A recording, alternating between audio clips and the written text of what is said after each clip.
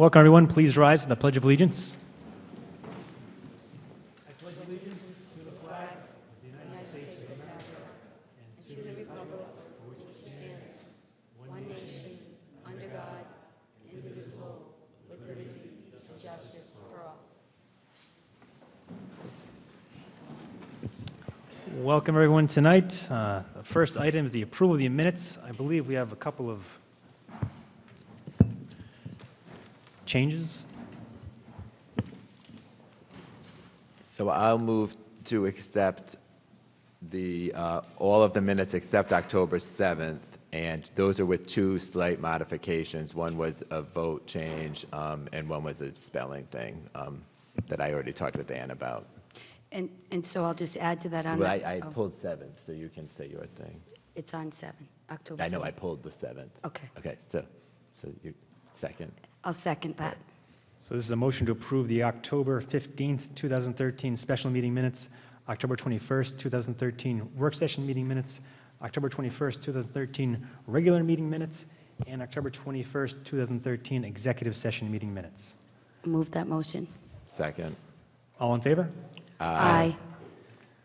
We had a presentation tonight. So James, then October 7th, she needs Yeah. to make Oh, her I'm sorry. change. Yeah, sorry, and so for October 7th, my vote is not recorded on smoking, prohibiting smoking on the beach, so I just want that recorded as I did support no smoking on the beach. Thank you. So move to accept the October 7th regular meeting minutes with the change to Susan's vote. I'll second that. All in favor? Aye. Aye. Motion carries. We had a presentation by the Nature Conservancy planned regarding the walking trail at Whale Rock, but unfortunately it's been rescheduled again due to an unexpected occurrence. So that will be back on the agenda either next meeting or the meeting after. We'll move on to the open forum. Please state your name upon approach to the podium and give your address. I actually have a couple things. Oh, okay. First, I wanted to congratulate the girls' tennis team on their victory. So they were victors. Go ahead, yeah.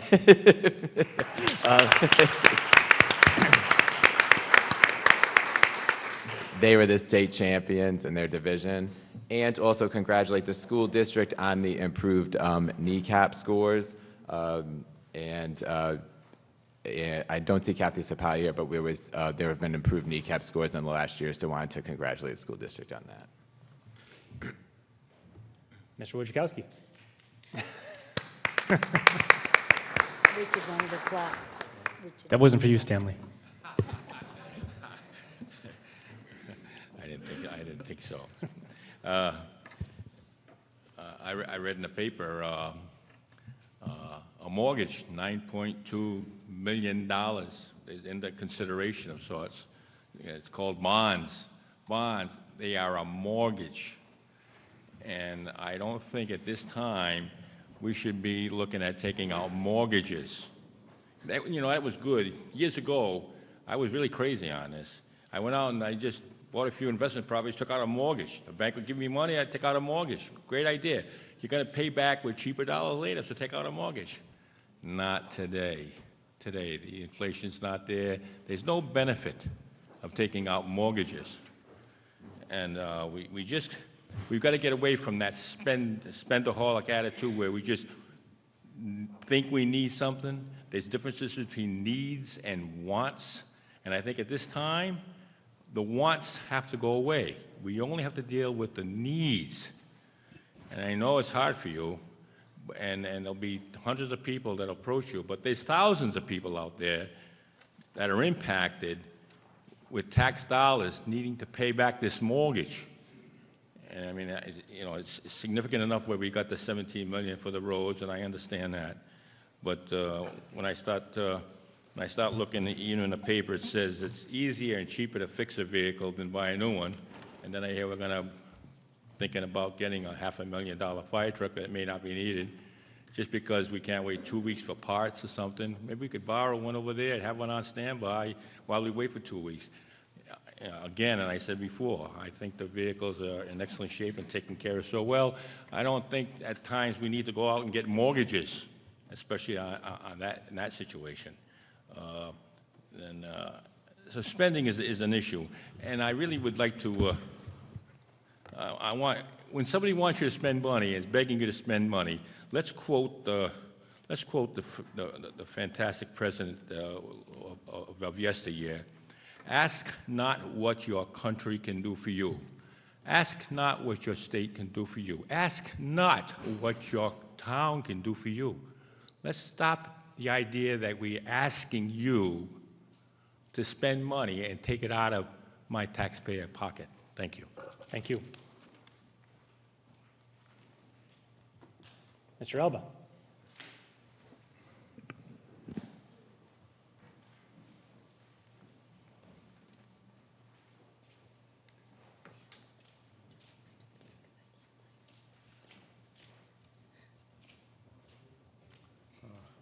Al Alba, 24 Eagles Nest Terrace. The last town manager, when he came here, he wanted to know where the pier was.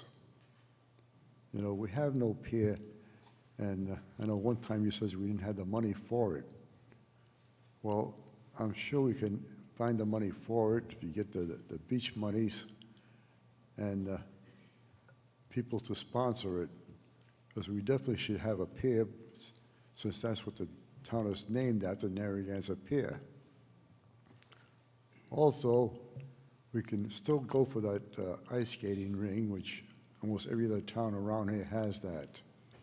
Westerly, Providence, Newport. We're the only area that has no ice skating ring. We have to find a way to increase our tourist season. Not just make it for the summertime and that's it, because that's a short time. So we can look into those two things, and I'm sure that we'll find monies for it, either for the ice skating ring or the pier. And that would definitely be a tourist attraction throughout the whole year. Thank you. Thank you. Ms. Walden.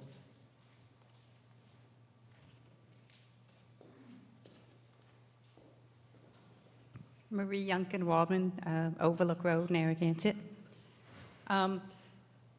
I started a group called Where's the Town, and there are several hundred Narragansett residents in our group, and we are concerned about the quality of our town and the center of our town and the feeling of community in the town.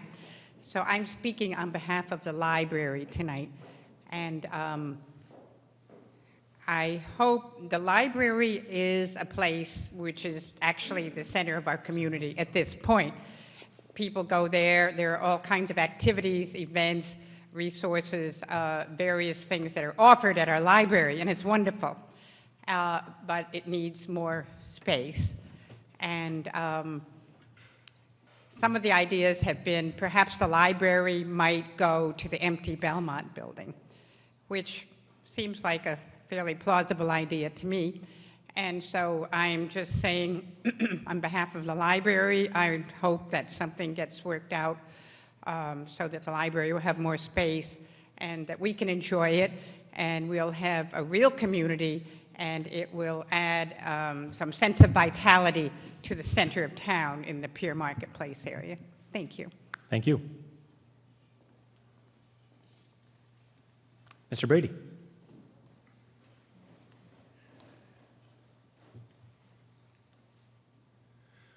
I'd like to just discuss for a few minutes the road between the towers and the Dunes Club to the north as it fronts the beach, the Narragansett Pier Beach. I don't know whether you realize it or not, but the existing road, Boston Neck Road, between that section of road is roughly 3 to 4 feet above the old road, which was before the 1938 hurricane, which is basically 75 years ago. So 75 years ago, they decided the sea is rising, we need to raise Boston Neck Road. And basically, Narragansett Beach was reconstructed, I believe, after the 38 hurricane, based on a raised road. Well, it's been now, that's 75 years ago. Over the last 5 years, the intersection of Boston Neck Road has been flooding 2 to 3 times a year. That's an emergency route in and out of town. We are not reacting to these existing situations. Boston Neck Road at the north, the Cabanas on the north end of the beach, floods almost once a year, blocking an emergency route. 2 years ago, we rebuilt the North Pavilion at the existing grade it was, 3 to 4 feet below what it should have been. We should have raised the pavilion at least 4 feet. It was a serious mistake. Within 10 years, I suggest that that pavilion will be gone or seriously damaged. Sandy is proof that Narragansett is behind the curve here. We're at least 10 years behind in designing Boston Neck Road. We have to raise that road at least 3 to 4 feet. Again, it's been 75 years. The sea is rising. And we have to adapt what we build on the beach to the fact that Boston Neck Road needs to be raised. And I'm asking this council to address this situation seriously. It needs to be addressed now. It should have been addressed 10 years ago. We should have had the plans on the boards. I don't know where we've been for 10 years, that we're not doing this. This is our livelihood. The beaches in this town are our livelihood. This is our tourism. We need to do this. Now, I know later tonight we have an item on the agenda to rebuild the north portion of the Cabanas. And I would hope I'd have a chance to make some comments on it. I missed the work session. But this really needs to be open to the public before we invest any more dollars putting structures on that beach when they're going to be washed away within 10 to 15 years. Thank you. Thank you.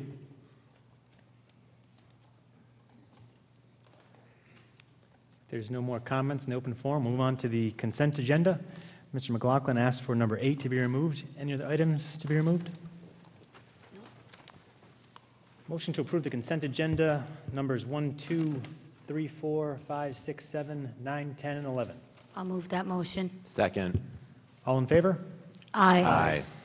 Number 8, a motion to approve, ratify, and confirm the cost associated with the residential water service installation on Point Judith Road completed by George Sherman Sand and Gravel Company, Inc. in the amount of $5,345.50. I'll move that motion. Second. Discussion? Yes, I'd like to have an explanation, a detailed explanation about that bill. I have some questions about it. Is there anybody here that can answer it? Please.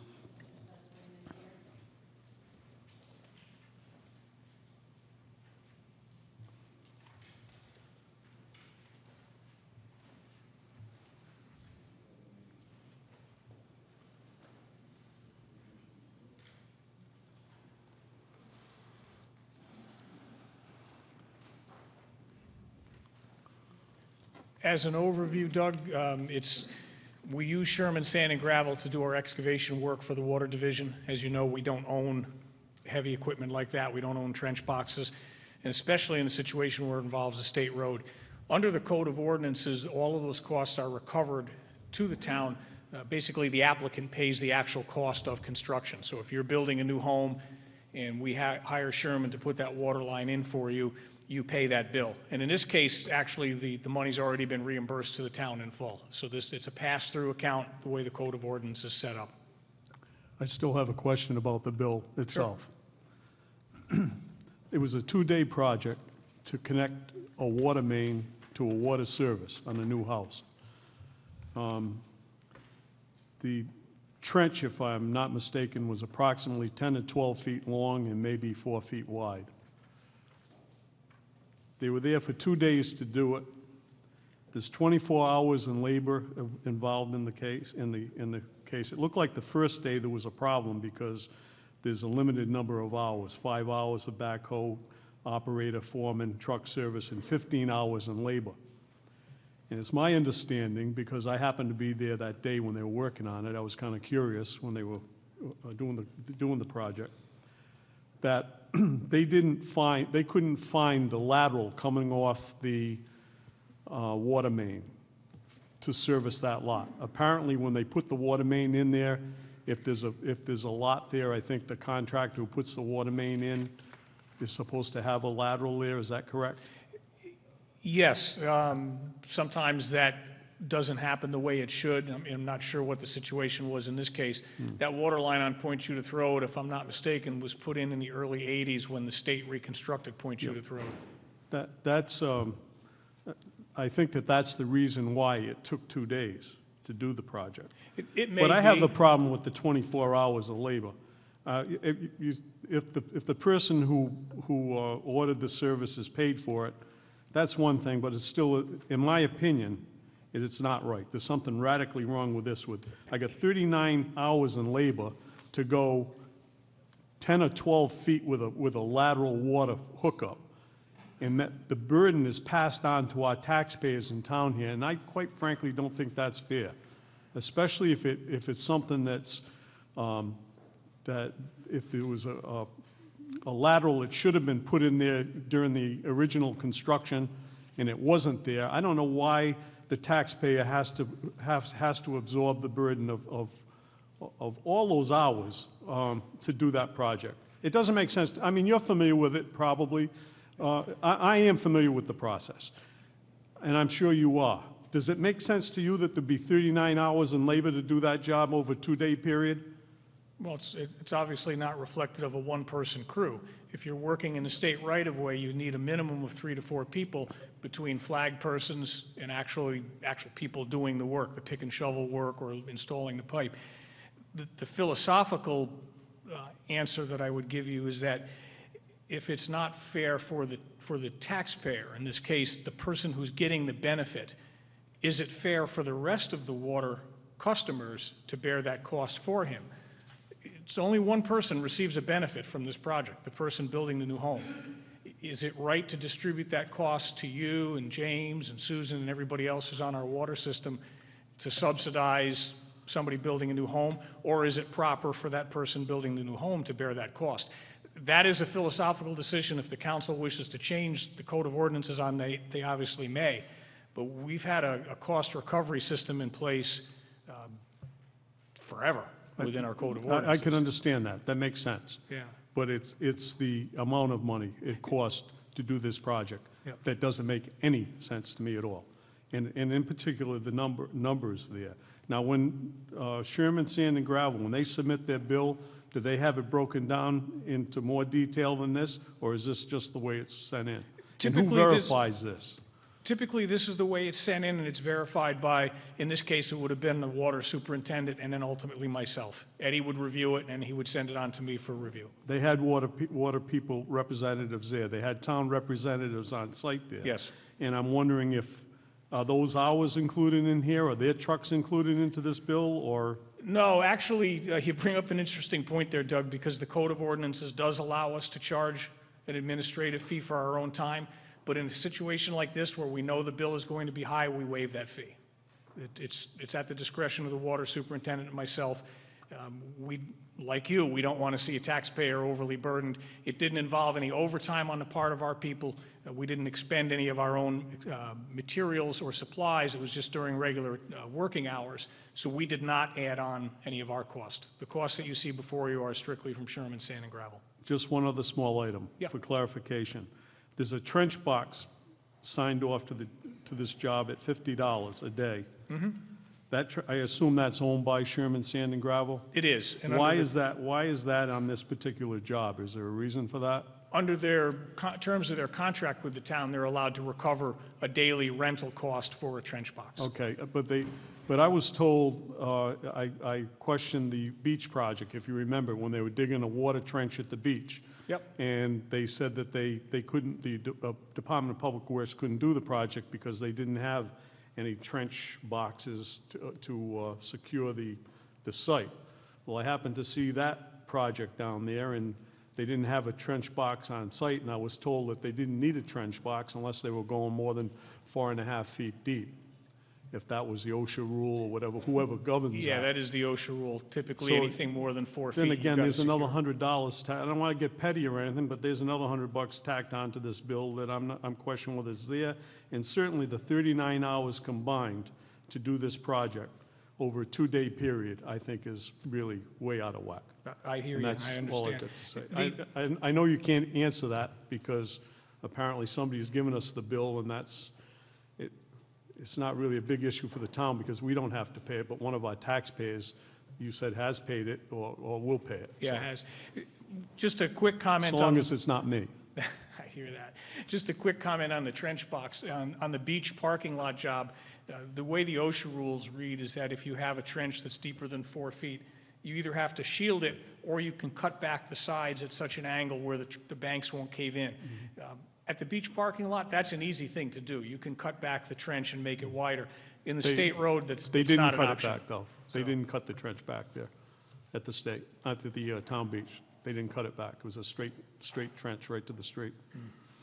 Well, the rules are a little bit different in the state right-of-way, too. The DOT permit is going to mandate the use of a trench box. They want to keep the trenches as small as possible, obviously, for patching purposes. And all I can say about the hours, Doug, is that both Eddie and I felt comfortable that it represented the value of the work necessary to get that job done. Thank you. Thank you very much. Thank you. Mr. Alba.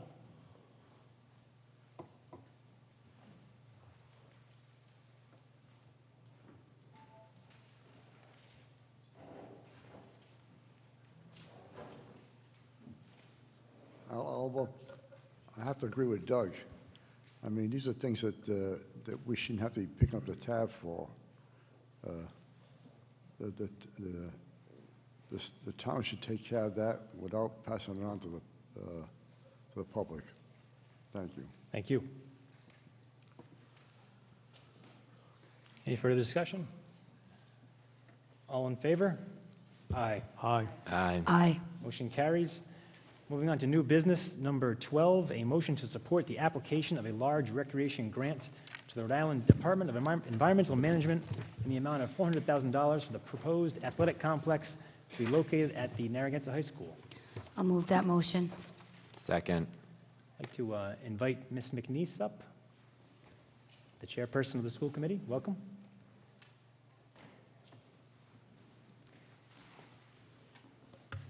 Hi, good evening. Tammy McNeese, Chair of the School Committee. And Nancy DiNuccio, I am helping write the grant for this. Welcome. So just a little background. I'm so pleased to be here for this motion that's in front of you. About 3 weeks ago, a committee met. We were waiting for this grant to be released by the Department of Environmental Management. So we had a planning meeting that involved Mike DeLuca, Teresa Tanzi, Steve Wright, Dan Barry, and myself. And this is a grant opportunity that's going to be wonderful for the town. We can apply for a large recreation grant for up to $400,000. So we're really pleased to have Nancy's services. She's going to be the lead grant writer on this grant. She can talk a little bit about what she's done so far. Dan Barry's working closely with her, and again, people on that planning committee are giving her certain parts. Steve and Mike have offered to do a final edit with us and work on this to collaborate with us. So we're really excited. It's due the end of November, so we're pleased that it's up for a vote of support tonight. Nancy, did you want to give any other? I really don't think I have any more to offer that Tammy hasn't already said. We're just going to really put it into one voice and make sure that we have answered all the questions adequately. That's what we're doing. Great. Thank you. Thank you very much. Thank you.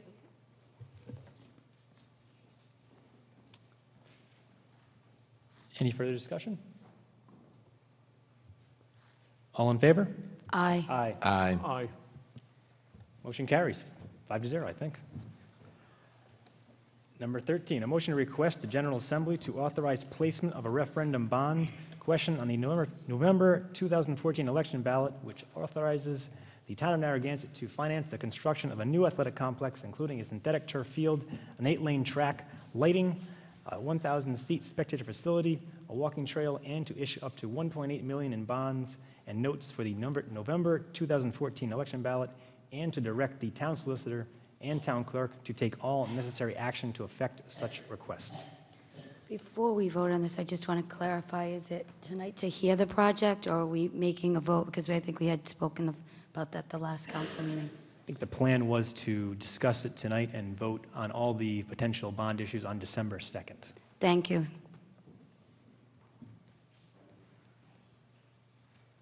For discussion, you want to make the second the motion?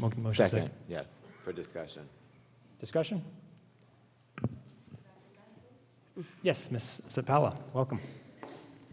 Thank you, Council. And yes, clarification, this is certainly just a discussion. We have a lot of steps we have to go through as a school department, with you, with the Department of Education, to get approvals. So this is just putting that paperwork in place. I fully expect that you'll be tabling this, dealing with this in December, but at least when you do, you have the right paperwork to just bring it back to your body. So I appreciate that. And I hope that at this point the council has a good body of information about our project. We met a couple of weeks ago at the high school. That was a nice on-site meeting where we were able to show you the actual work. In your packet, you have a copy of the school committee resolution and a copy of a couple of documents, both one on turf and one on the project, that I hope gave you a timeline. And certainly I'm here to answer any of your questions, but I'd also like to take a moment, if you could give it to me, for our television audience and for the people who are here tonight to hear a little bit more about our project in detail. So we did not start this, yesterday. This is a project that truly started in 2009 when Dave Carrera, who's the director of grounds, came to me to say he could not keep up with the requests for use of fields in our school district. That was also a common theme in our recreation department, because we have great fields in this town, but there was a huge demand. And so where was the demand coming from? It was coming from the schools, as the schools added more and more sports because of the interests of kids. It was coming from the rec department, as the rec department was adding more. And it was coming from all the outside youth groups, like Washington County Raiders, the South County Soccer League, the Narragansett Youth Soccer Association, adult leagues that use our fields quite a bit, and then a lot of outsiders who would come and say, "You've got some great fields, can we use them?"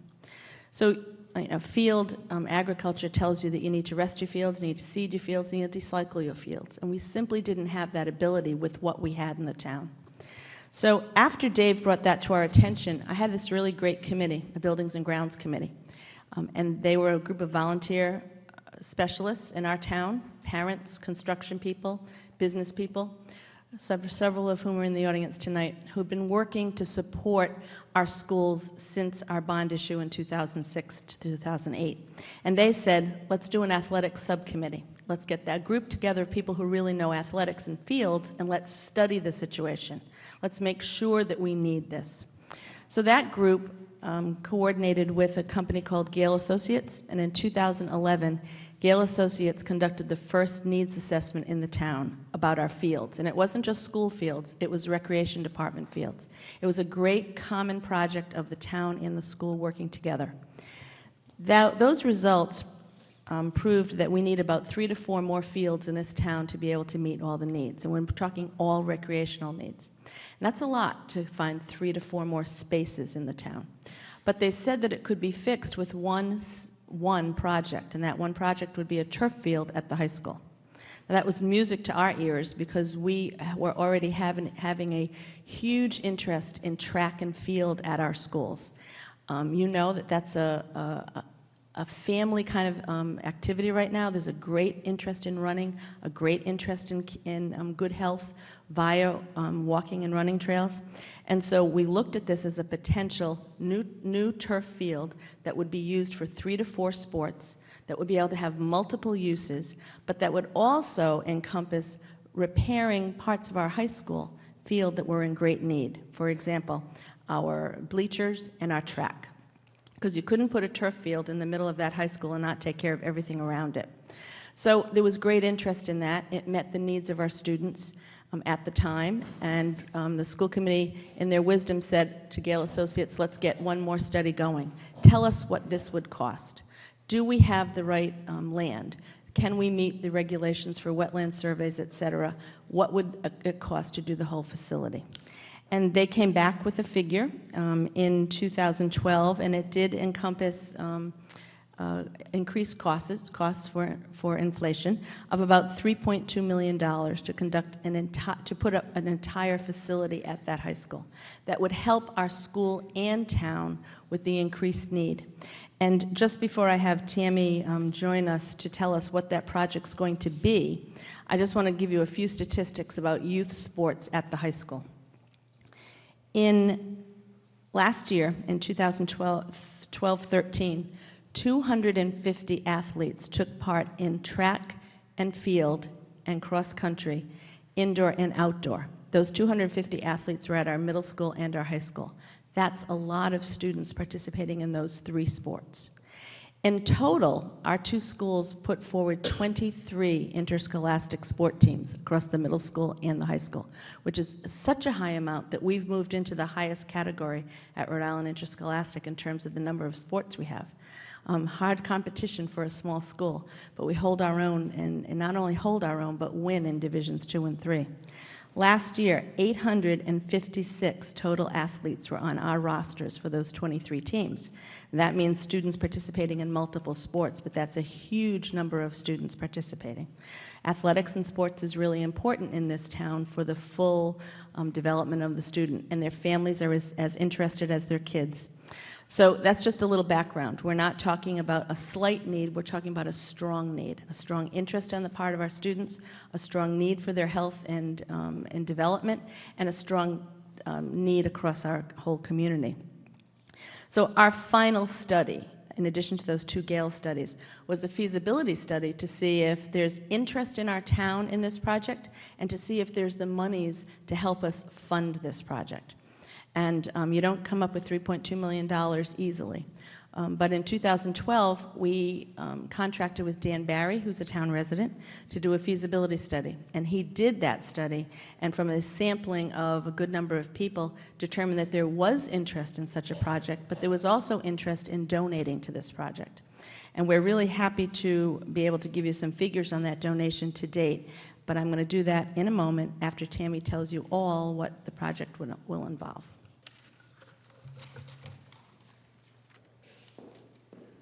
So if you can allow me 3 minutes, I'm pretty good at this presentation. It takes me about 3 minutes. I do have a visual, so it's a little bit larger than the visual that's in the lobby, so it'd be good for our TV audience. So boys, if you want to make sure that the camera can see that, that would be great, because I need to stay at the microphone. So Mike, is that a good spot for them? Okay, so here's my 3-minute overview of the project. Again, I am so excited. This is 4 years of planning to get to this point. I want to send out a couple quick thank yous. 4 years ago, I sat at a meeting with Mike DeLuca, with Peter Scalora, the chair of our building committee, a lot of residents and parents in town 4 years ago, and talked about everything that led to the Gale study that Kathy Sapala mentioned. You know, and one thing that Mike DeLuca told us is we need to have a plan, we need to have a master plan, we need to figure out, we need to have something done to verify what we need. So I'm really pleased. Thank you, Mike, for your help. I want to say a thank you to the leadership co-chairs. I've been working very closely on fundraising the past year with Jim Durkin and Becky Durkin, Jack and Sharon McGreen, my husband Brian and myself, and a whole core of leadership people. So I want to thank them. All right, here's the project. Starting with the bleachers. The bleachers that are there now, same ones that were there, Susan and James and Matt, when you went to Narragansett High School, they are in dire need of replacement. There's no railings, they're not handicap accessible. The past 2 summers, Congressman Jim Langevin came to our Summer Youth Track Series. That was an embarrassment. They're not accessible. There was no way for the congressman to watch our track meet. They had to have his driver drive down the grass and bring the van down. It was really embarrassing. The bleachers are not handicap accessible. They're in dire need of replacement. There's no railings down the center. So this project is going to double the bleachers. It'll accommodate 1,000 people. It'll be handicap accessible. Ms. Sapala talked about the need, why we need a turf field. We can't meet the current demand. There's so many sports teams with the schools and the outside recreation user groups, we can't meet the current demand. So the new field is going to be striped for soccer, football, and lacrosse. Around the turf field is going to be a brand new 8-lane track, so we can finally host middle school and high school track meets. We haven't been able to have a home track meet in 17 years. And despite that, track and field is on the rise. At the Pierce School middle school boys team for the past 3 years, won the state championship title in track and field. So track and field is on the rise. In the summer, the Narragansett Running Association, when they host free track meets for children, we have over 600 kids come with their families and grandparents and siblings and volunteers. There's 1,000 people at the high school on a given Monday night in the summer. So beautiful 8-lane track with all the facilities that we need to have a home track meet. We've talked about the non-glare lighting. That's how we get the most use out of the turf field. So the new stadium is gonna have lights so we can have evening practices, games, tournaments. Okay. Bathrooms. You have 1,000 people coming to an event. We can't open up the high school like we do now at a home football game to use the restroom. So we're going to have handicap accessible bathrooms and a concession stand up in the upper parking lot. And so it's going to be the appropriate number of bathrooms to accommodate 1,000 people. We're also going to have a small storage building down on the lower level by the track so it can store football equipment, track and field equipment. Last piece is going to be a nature walking trail in this part.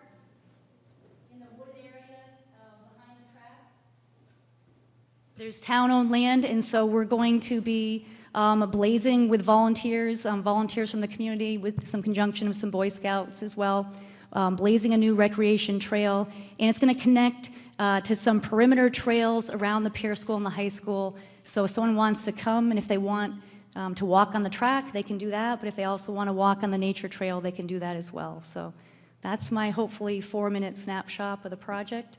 Ms. Zapala, are you going to come and close? Okay. And so the cost. You received this flyer in your packages, and it does give you a diagram of how we believe the project would be funded. However, I can change this right now because we've had such a successful year of fundraising. I'm extremely happy to announce that as of today, we have $449,000 worth of donations already for this project, which is absolutely fabulous.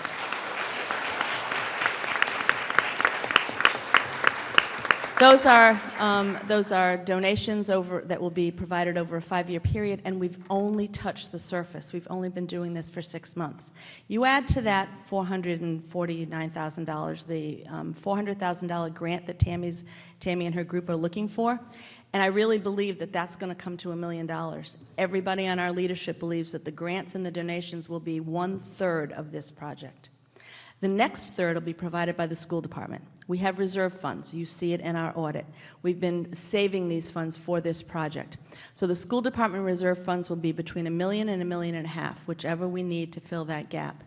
And while tonight's resolution says to you up to $1.8 million will be asked of the voters, I really believe that in the next 4 months, which is when we have to come up with the absolute figure for our state legislatures, it'll be closer to $1 million. It'll be something between $1 million and $1.5 million, and we are going to try to get it to that $1 million by the donations and terrific hard work of people here. And our grant writing isn't done. We'll look at other grants as well. So while we have gone to the extreme, the 1.8 would be if after today we receive no other donations and they get 0 from that grant.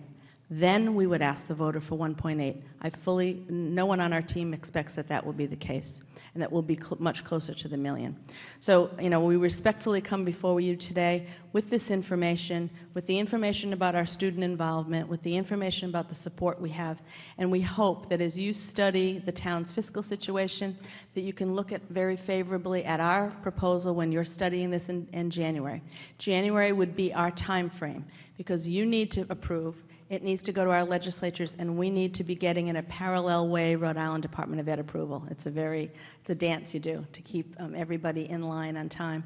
And I also want to remind you that we are extremely hopeful that there will be housing aid resumed in the state of Rhode Island for projects at the school level.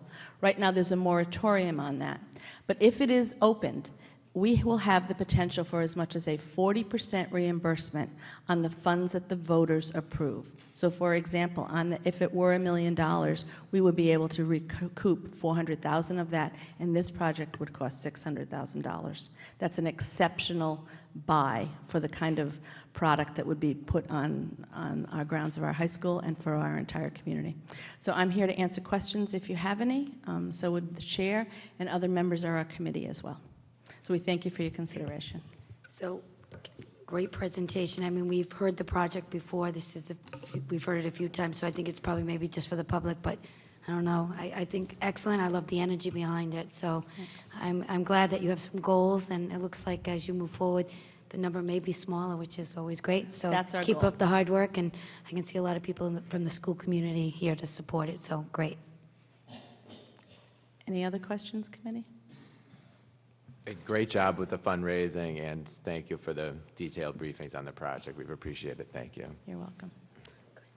I think we'll open it to the public. They may have some questions. Thank you very much. Mr. Vengermish.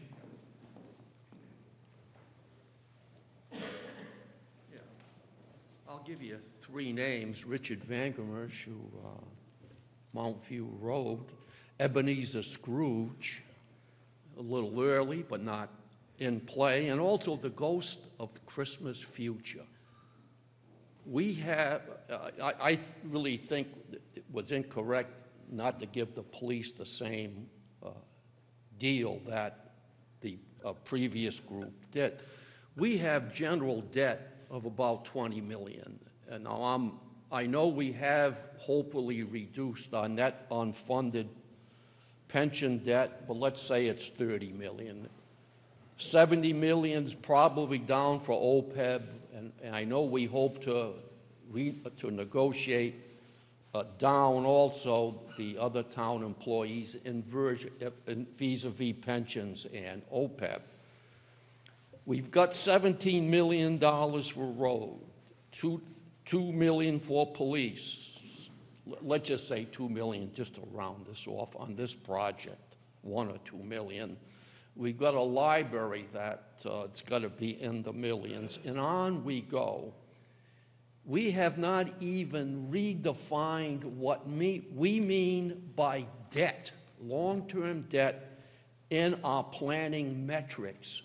We have a notion that is absolutely wrong, that the only long-term debt we have is our current bonds payable.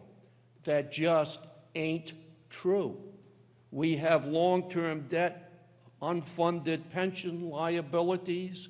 We have a massive, we may lead the state per capita in other post-employment benefits. This is debt. And it isn't going to go away. And the ghost of the Christmas future is bankruptcy. That's what the ghost of Christmas future says. And as well-meaning as this wonderful presentation, and I'm sure the police chief could have done the same, I'm here to tell you, and I don't have any charts, but I can wave this at you, that we are way up there per capita in terms of real long-term debt. And until we define long-term debt as it is in the private sector, we are closing our eyes to the fact that we are quickly, not slowly, quickly going bankrupt. Thank you. Mr. Wojciechowski.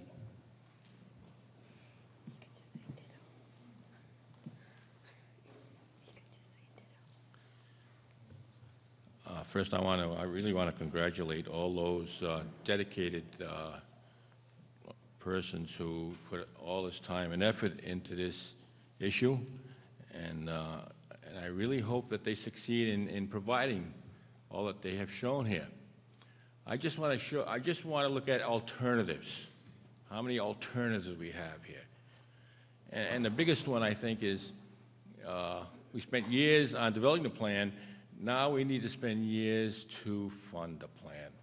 So what, is there such a need to get all these dollars right now, to build this whole thing right now? I submit that we should do this piecemeal. You know, the fundraising efforts have been so great, and the grant efforts looks like they're going to be really rewarding, that maybe we can get $1 million a year with grants and donations, not tax dollars, grants and donations. Maybe we can charge people as we walk onto the fields 50 cents as they go for improvements to the facility. So those who use the facility can help in donating for the future development of the additional next project. Maybe we do the bleachers this time, we do the handicap that time, we did the turf this time. We don't have to do it all now. All that does is give us a mortgage. And I believe with the dedicated people we have, they'll find the funds to bring this thing to completion without the need for us to get ourselves deeper in the financial disaster. I also would hope that we don't take too much time off the focus on learning. And the president of URI said, many students are arriving at college unprepared for the academic challenges that lay ahead. And school systems now are focused on learning. I'd like to see a full day, 8-hour day. I want to see an 8-hour, the student must be there 8 hours, 7:30 to 4:30, 4 o'clock. I want to see the student there all year round. I constantly heard how they lose, that summertime they lose. Let's go, we can have a week at Christmas, a week for spring, maybe 2 weeks in the summer, 4 weeks off a year spread out. We need year-round school. I want some focus on the academics along with this valuable thing, but I don't want the focus of learning being diluted or disregarded as we just delve into the athletic issue. And I understand it's important in the development of student, but I think in all this environment, maybe we're losing a little bit with our children learning year-round school. What's the challenge there? Thank you. Thank you. Ms. DiNuccio, sorry. It's new. It's new, I know. It's new. One of the things that I really wanted to talk about tonight with this project is not just the idea that this is for the schools. This project really is for the entire community. And what I would really love to see people understand is get their arms around the concept of improving Narragansett. That bringing something like this to our community is going to improve our tax dollars. It's going to make this community much more attractive for young families like, you know, that we need moving into this community. We want to be able to shine, not just because of our beaches or because of our rental communities or closeness to URI. We would like to have something else that we can raise a flag to, and a high quality, you know, state-of-the-art field like this that also embraces the larger community by having walking trails is going to do just that. We have the Chamber of Commerce behind us that really sees the positive economic impact of something like this coming to our community. And I really don't want people to be short-sighted about that. There's a lot of positive energy behind this. The fact that we are, you know, over $400,000 in donations in just a few short months really indicates to me the amount of support that we have in this community for this type of thing. We had an overwhelming support when we had the bond issue for the improvement of the schools. 70-something% of people voted for that, and I really think that we will have the same type of support for something like this. So keep up the good work. Thank you.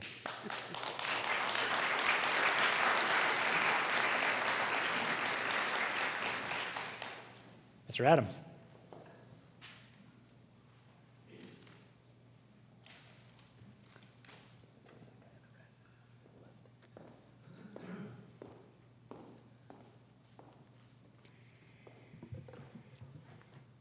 I just want to make mention of the fact that we have 1,300 and I believe 48 students, 1,386 students in our school department. 1,386. we have 14,184 residents of Narragansett. That's number one. And I'm going to repeat that repeatedly over the next couple of months. 1,346, or whatever that number might be. This effort has been all over the planet.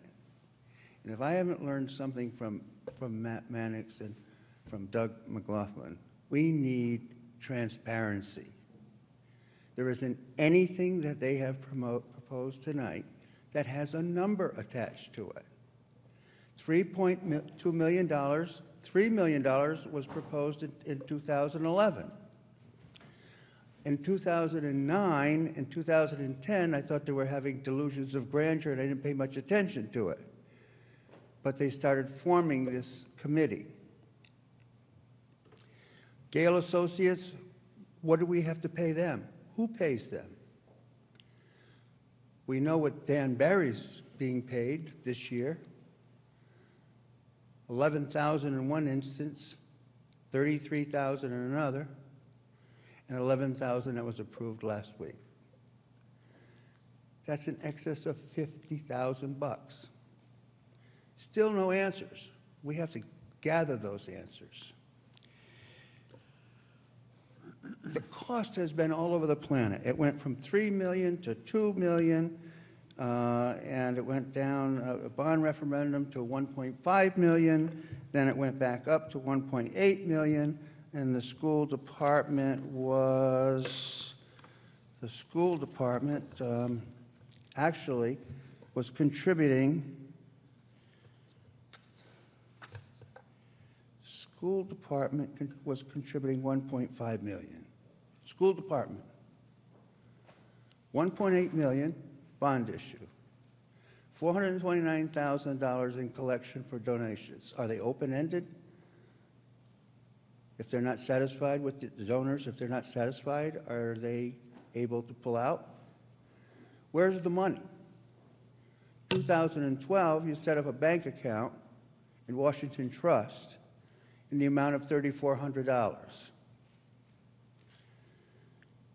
In order to pay Barry the first $11,000, which he contributed, donated $4,000 back to the community or the school department, they had to borrow money from the school department in order to pay him. Has that been paid? I don't know. Don't know. Has all these other issues been paid? I don't know. Thank you, Mr. Adams. We need more transparency in this project so that we know exactly what this is going to cost. No clandestine meetings up in the superintendent's office, no workshops. It's got to come out to the public, to these folks. That's where it starts. Mr. Scalara, I believe.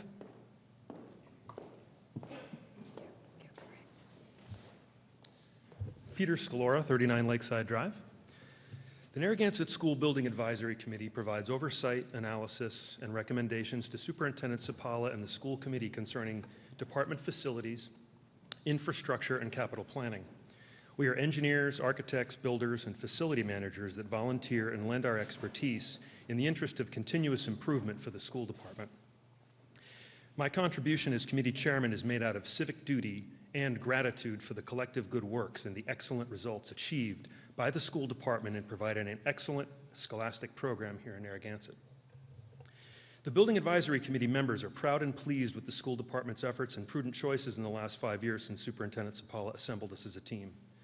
We further enjoyed presenting our recommendations to the Capital Reserve Committee and to this council each year, and we are thankful that our efforts have been welcomed and appreciated here as well.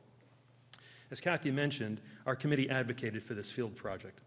We assisted with the interviews, evaluations, and selection of the design consultant. We evaluated the options presented in their report. We are pleased with the efforts of the field subcommittee led by Tammy McNeese and so many other community leaders. The subcommittee's fundraising efforts to date have indeed fully validated the field's project as expected. This project is clearly an important and essential development for Narragansett schools and for the town of Narragansett. As a parent and resident, I am thankful for the exceptional education provided our schools by our school system And I'm also the proud father of senior co-captain Olivia Scalora, a member of the Division II State Championship Narragansett High School girls tennis team. I cannot possibly say enough about how Narragansett Schools' academics, sports, and extracurricular activities and programs have helped Olivia and her sisters prepare for and achieve their high school and college preparatory goals, and along the way happen to develop and define young women. Narragansett has a world-class academic program. We are a dynamic community that deserves commensurate facilities. We will support this project financially and at the polls when the bond referendum is put before the voters of Narragansett. Thank you for your important consideration to this request from the school department. Thank you.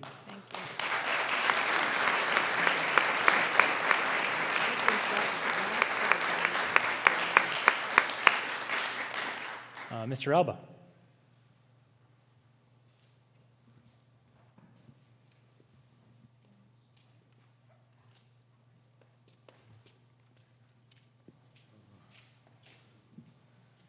Al Alba, I'm curious to know if possibly this could also be used as a bicycle path, since we've been trying to get a bicycle path in for the longest time. They can use that also for riding bicycles. Thank you. Thank you.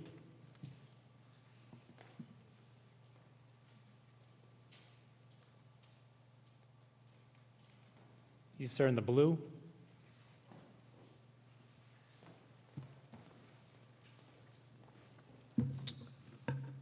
Hello, my name is John Monacchia. I'm a freshman at Narragansett High School. I was a part of the Narragansett Mariners soccer team. As a player traveling away to away games, I have long been aware of the fact that most other area high schools have much better athletic facilities than we do. I feel very fortunate to have soccer fields to play on here in Narragansett, but if you can consider the love I and every athlete here in Narragansett has for sports, a new athletic complex would be a huge step up for sports at Narragansett High School. Thank you. Thank you. Well done.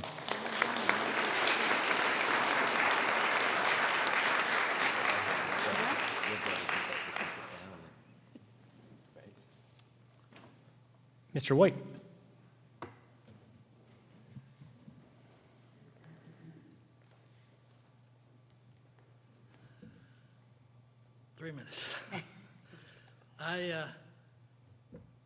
I don't think it's right to talk about the athletics hurting the schools. We have one of the top 3 school systems in Rhode Island, and we have, for our size, we have the best athletic system going. So I don't think those are correct. And the superintendent did a wonderful job explaining that if things go absolutely right, we'll have hardly any kind of a bond issue at all. And I have a unique viewpoint. This is dear to my heart because I've been waiting for it for 38 years. You probably will believe that I was on the original high school building committee in 1973, 74, and 75. And I'm the last living member of that committee. If you go look at the plaque in the high school, a lot of all our friends from the past are there. I'm the last one. Anyway, that bond issue was so tiny that we couldn't really build a nice high school, a nice field, a nice gym, a nice auditorium. That bond issue for the entire thing, school, fields, everything, was $4.5 million. And we had to scrimp and save the whole time, cut back on this and that. We didn't even have walls in some of the classrooms. That was one of our ways to cut back. And the field could have been much better. And now we have this chance to do it, and I think it's going to be great, and I'm fully supporting it. Thank you. Thank you.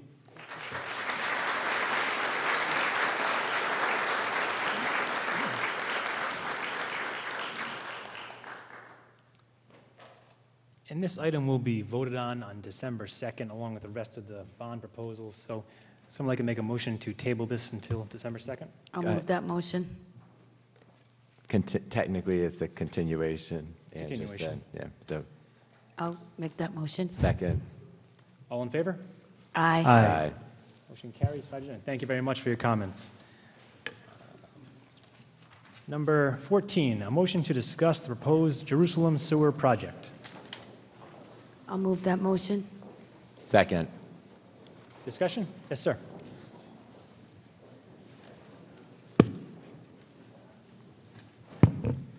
Councilors, my name is Bill Lyons. I live at 1128 Succotash Road in Jerusalem. With the completion of the second survey of the property owners in Jerusalem regarding their desire for town sewers, I would trust that you members of our town council would accept the wishes of the majority and approve the design and cost estimate phases, which we hope will lead to sewers and a cleaner environment for the area. I understand a small group of our neighbors oppose the sewers, some of which have invested a very expensive independent system. That said, moving forward, I believe they will see the town sewers as a benefit to their neighbors, and as such, as a benefit to the whole Jerusalem community. My thanks to all the council members, as we trust you will continue to listen to the needs of the community. Thank you very much. Thank you.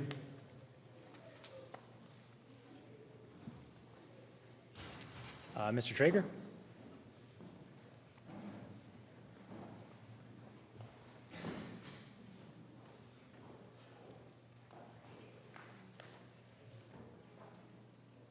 Good evening. How are you today? Good evening. It's been a great meeting so far. It's going along smoothly, and a lot of good things have been said. The gentleman that just was addressing you, Mr. Lyons, is a modest man. I don't have a statistical rundown of what I'd love to be able to do, but I'm not the person to do that kind of thing. But this book is one book of about 5, and it's filled with correspondence about sewers in Jerusalem. And it started in 2005.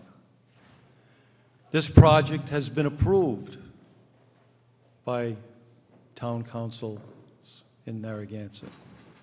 This project has been approved by state senators, state representatives, national state senators. It's been seen and approved. It's a no-brainer, a need that needs to be addressed, and yet it doesn't get addressed. It's addressed. I don't mean doesn't. It gets addressed, but I mentioned the last word I said the last time I stood in front of you was follow through. I just said follow through because it doesn't happen. It's an amazing thing, and I wonder why it doesn't happen on the national level. You see what they do, and I'm not blaming anybody. You're a new council to some extent, but there shouldn't be this kind of non-carryover of things that transpire from year to year, and all of a sudden nobody knows anything about it.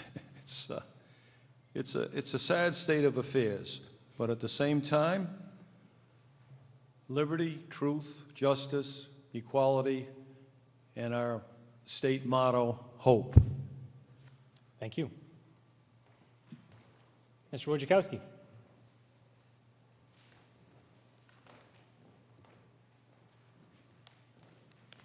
I was just curious to, will this bond result in all the taxpayers of Narragansett paying extra taxes for this mortgage?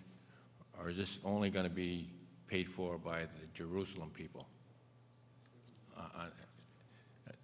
This Jerusalem sewer project, is this Yeah, I can answer that if you'd allow me to.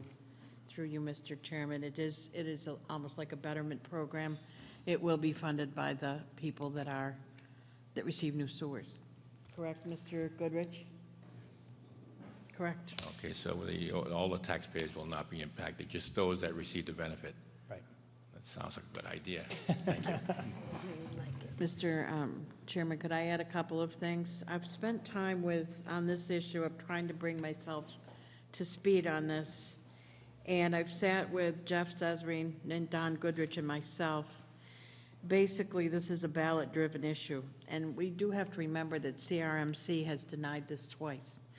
And only recently did they even offer or begin a conversation with us to say that they would consider sewers in Jerusalem because only if we would adopt an ordinance that would limit development in that area. So that's something that this council has to be willing to do.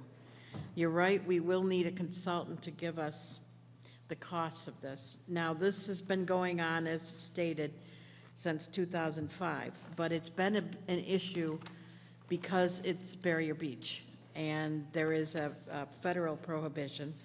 As I said, CRMC in the state of Rhode Island is willing to look at it again if we pass this ordinance. It's hardly been dropped from our radar screens. It's constant. We not only need CRMC, we're going to need RIDEM to give us approval in the form of an order of approval. And we're going to need CRMC. We're going to need to change our comprehensive plan, which is in development right now, as well as our facilities plan for wastewater management would have to be amended to include Jerusalem as a sewer area.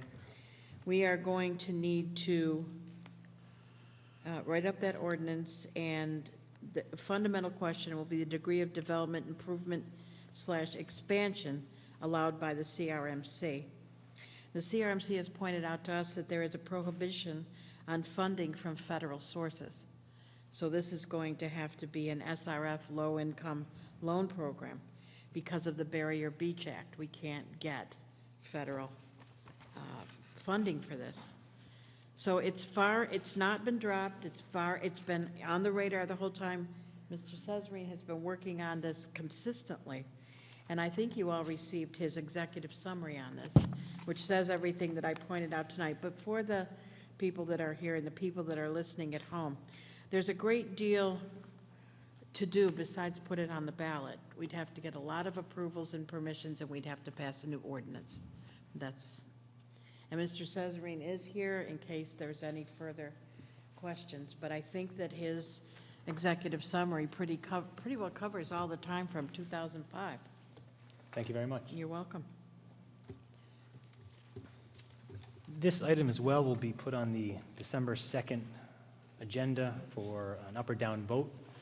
So without any further comments, I think this motion is, sorry, Matt? James, what is the dollar value attached to this, Jeff? Just if it was to go, I know there's things that we'd have to do beforehand, but at the bond item, or Pam, just the bond item itself, if we're comparing it to other bonds. We just heard $1 million from the schools. I wanted to say that I remembered on the list, I just don't have it. What was it?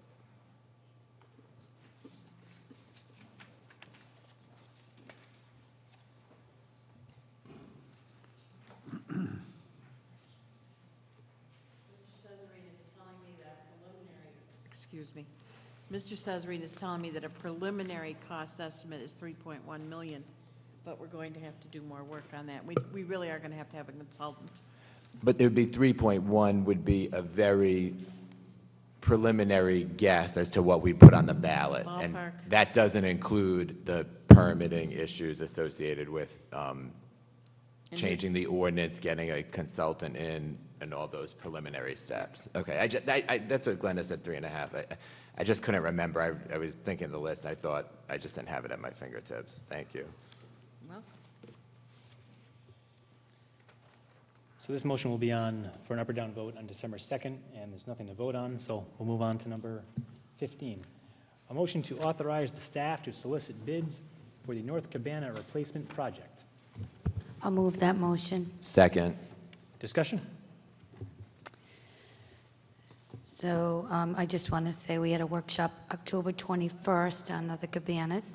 It was pretty well attended. We also had a workshop tonight on the 5-year budget projection. And what I've heard in both of those workshops is that the finance director, that the director of Park and Rec, that the engineering, Jeff Cesarini, a group of people that work for the town have made a recommendation. It's in the budget, and they made a recommendation that we bid the project. So for me, I happen to think that they're all smart financial people, and I support the recommendations from the town. And that's what I heard at the workshop, the first workshop in tonight. I actually heard it was money allocated in the 5-year projection. So for me, again, it's something that is a no-brainer. It's real estate on the beach. It's going to pay for itself over time. So I feel very strongly about rebuilding. I know hurricanes concern people, but that's why we get the insurance. We got $250 back, and I think over, what was it, 14 years it would be paid back, and we have a 20-year wait. So with all of those things in mind, I support the rebuild of the cabana. So I just want to say that I would definitely go out to bid it. So that's how I feel. I heard it was, is this on? I don't think so. The light's on? Oh, Okay, there you now go.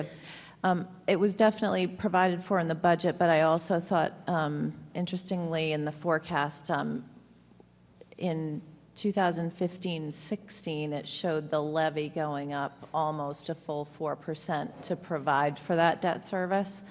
And when we're talking about other bond issues like the school potentially and the police facility and other things that weren't provided for in there, I just think, again, I'm not averse to replacing the cabanas, but I think where we ended off last time, we need to be thinking about the entire fee structure at the beach before we think about what we're going to do there.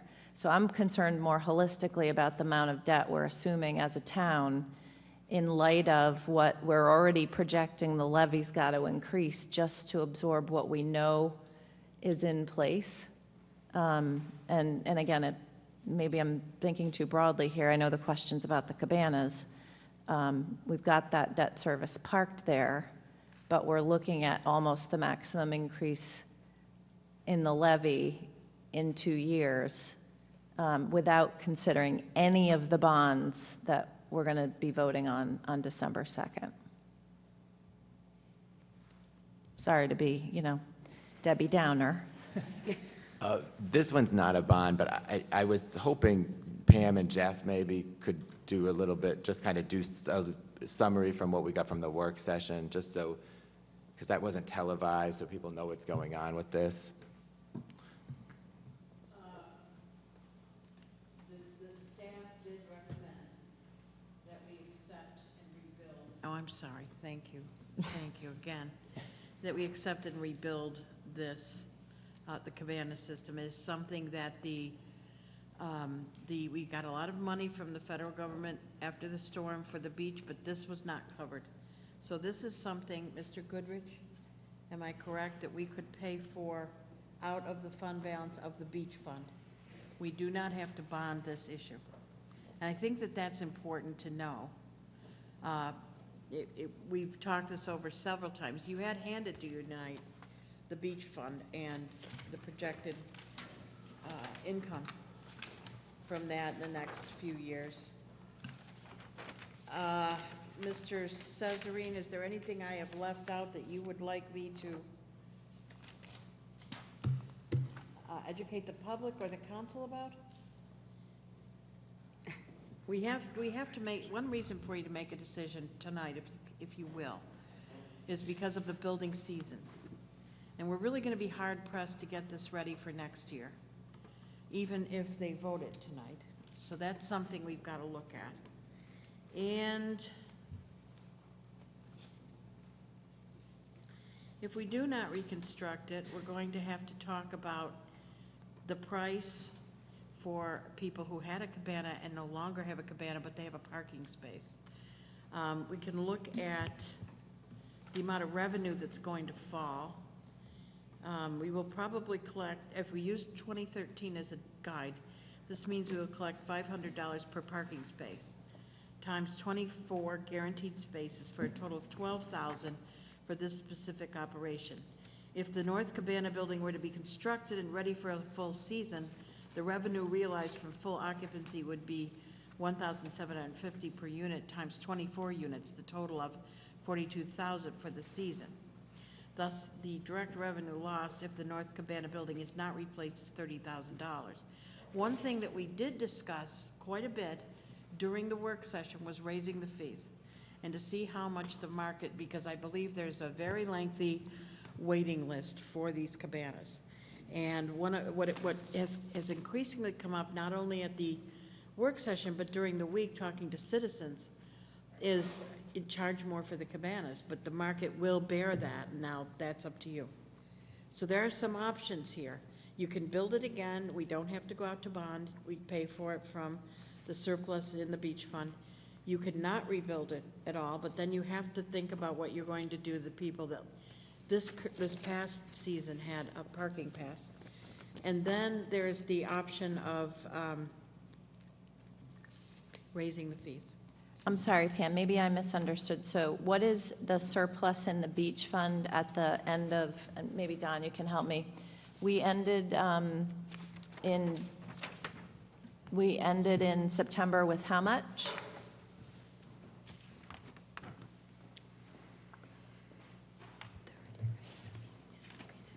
I'm not, your chart doesn't have 2013. Yeah, right. Yeah.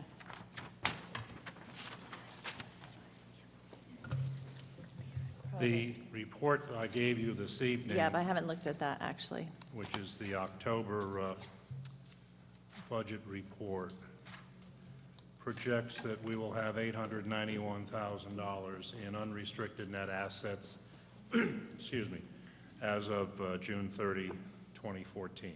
891, 891,452. okay, and then how much does the beach owe the general fund? 424,000. Okay, 424. And I had planned to take 150 for 3 years to pay the advance back to the general fund. Okay, so it will still be effectively, Well, if you took the 891, took 150 out to repay the first advance next year, it would leave, what, $740,000 that could be used to rebuild the cabanas. so that's a philosophical question, right? Yes. So the policy question is, should the beach continue to owe the town? So should the taxpayer continue to subsidize the shortfall from the beach because we depleted the beach fund in improving the North Beach Pavilion and then effectively having a hurricane shortly thereafter and not getting fully reimbursed, right? So, I mean, sequence of events got to a place where beach fund went upside down, lost the cabanas, got partially reimbursed. The beach fund is still in the red, still owes the town money. Don's approach is pay the town back over time, and that thus we can support the rebuild of the cabanas with cash versus taking debt or pay the town back and the beach fund then thus does not sufficiently support a rebuild of the cabanas with cash. And that's the question. Again, I don't philosophically not support I am not averse to rebuilding the cabanas. I want us to have our eyes wide open in terms of how we're approaching the funding here. And to Pam's point, there's a long waiting list. And I think if demand far outweighs supply, which it clearly does, these things are way underpriced. I mean, we should, the revenue is there to be had, right? And so we should be thinking about this in the context of what does the market support? And Glenna, when this was discussed at our budget workshop in the spring, in April, right? And we go through a lot of items in the budget workshop, and so we kind of were at a discussion point where there was some opposition to it, there was some proponents of it on the council. The compromise was to go out, look at the design, it was about $20,000 on the design. I think the reason we wanted to pull that from the budget was we knew there was no way it was going to be built this summer of 2013. So it seemed silly to put it on this year's budget when it wasn't going to be built. I guess I anticipated at that time when we kind of went with that compromise and we were looking at the design that the compromise was going to somehow be what Glenn had just articulated, that there would be an increase in the fees of some kind because of the increased risk of storm, but that we would in the end be rebuilding the cabanas. So that's kind of where my mind has been on this issue the whole way, that you've got to build in for the risk associated with the storm. But at the same time, you also have to look at, over the years, people have been paying a fee each year for these things. Families who have had these for generations have been paying into this. So if we were to look, right, we could dig for those numbers, but we know that there's a lot that's gone into the pot, right? So now we have to do this big rebuild, and it looks like sticker shock, it's so big, but in the end, there's been a lot that's been put in by the owners over those years. And we have, thank you very much, Jeff provided for us, Jeff got this for us, right? So, which has been since in about the last decade, and I'm glad we have that information. So, like I said, I always anticipated now about some kind of raise in the fee, and then we have that discussion on December 2nd about the whole beach, all the fees, all the issues at the beach. So, we've got to put this out to bid, and I think where my mind is that there will be some kind of increase to build in against that risk.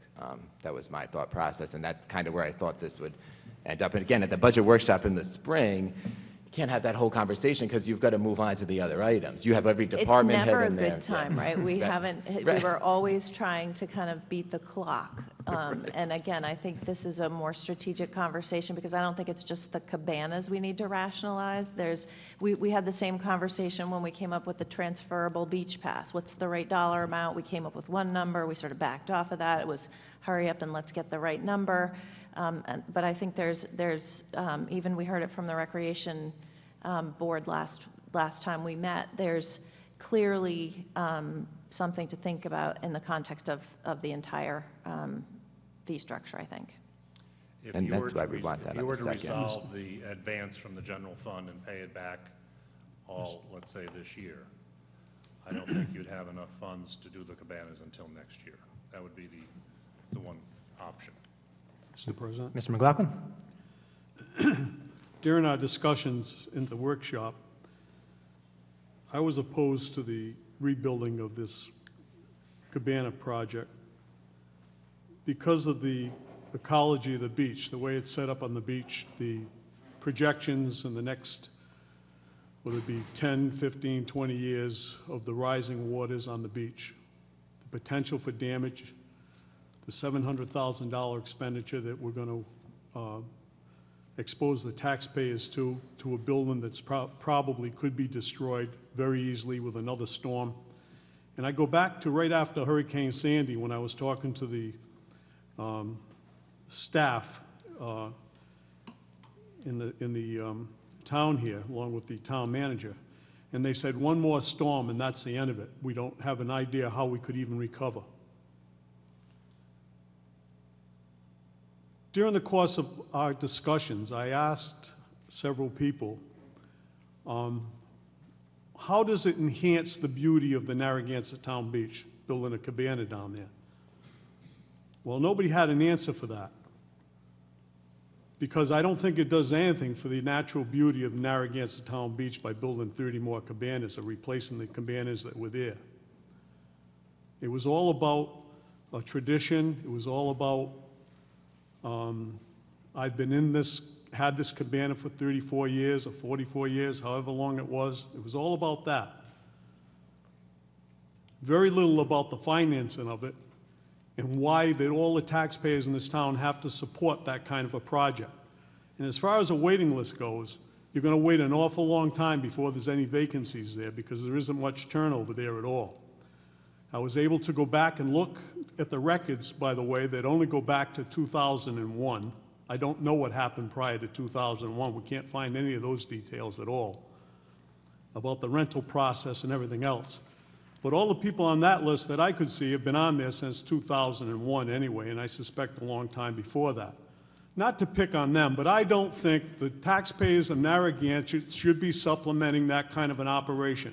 It may have been a real good idea in 1974. It may have been a good idea 50 years ago, whenever they did it, but it's not a good idea right now, not when we're faced with all the debt, all the bond referendums, if you will, the bond or mortgages, like some people call them mortgages. We're faced with all this stuff, and we want to go back there and build it. One of the speakers earlier has talked about the highway in front of that beach. Well, if anybody's attended any of those sessions about the rising water issues in Narragansett, in particular the Narragansett Town Beach, we've got a very serious problem with that roadway. It may be a causeway sometime. They're even projecting before the end of the century that the beach may be on the other side of the street. You may need a causeway to go across in front of that beach the way it's built now. And we're thinking about doing that. This project does nothing to enhance that beach or to make that beach more attractive. What it does, this project does, it pacifies a very small number of people in our community. And I feel bad for them. And if I were in their position, I would probably feel the exact same way. But I don't think it's the right thing to do, and I think we need to stop it. And we have to start thinking about how we spend our money down the beach. There's no reason why we have to give them $500,000 out of our general fund to keep that beach going when it's pulling in $2 million a year. There's something radically wrong down there. We already did. I know we did, but that's what we're doing. And again, we're going to take more money out, $700,000 more out to build a cabana. We're going to build that cabana out there again and deplete that fund even more. No, it doesn't make sense. My sense. point is, Doug, is we shouldn't do that. We should rethink how we price these things so that we don't do that. I agree. What you're saying, Glenn, I agree on all the points. If we're going to look at it as strictly a money-making operation, it'll take us 10 years to recover the money. And one other thing I want to make note of before I finish. If you're looking, just look at some of the things that are going on in New Jersey. All the victims of Hurricane Sandy in New Jersey, they're starting to look at their new insurance bills, okay? And it's frightening numbers. And going down the road, maybe we ought to cut some of our losses. Maybe we ought to take a real close look at what we start building along the waterfront for the over the long-term cost of insurance for these projects. And again, if we get whacked again, do the insurance companies want to look at us and cover us again? No, we may be very, very well out of business. So that's why I am not in favor of rebuilding those cabanas. Mr. Vangermish.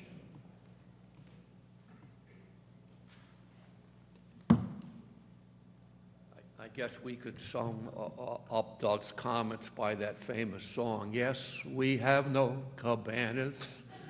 We have no cabanas tonight. And I would like to second what Doug said and what Glenn has said. One reason why is that we don't raise rates here. We are frozen. We are afraid to charge what the market will bear. And we know that.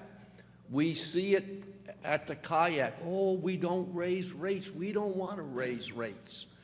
That means you don't get votes when you raise rates. And I'd like to join Glenn and Doug in this, that this is long-term debt.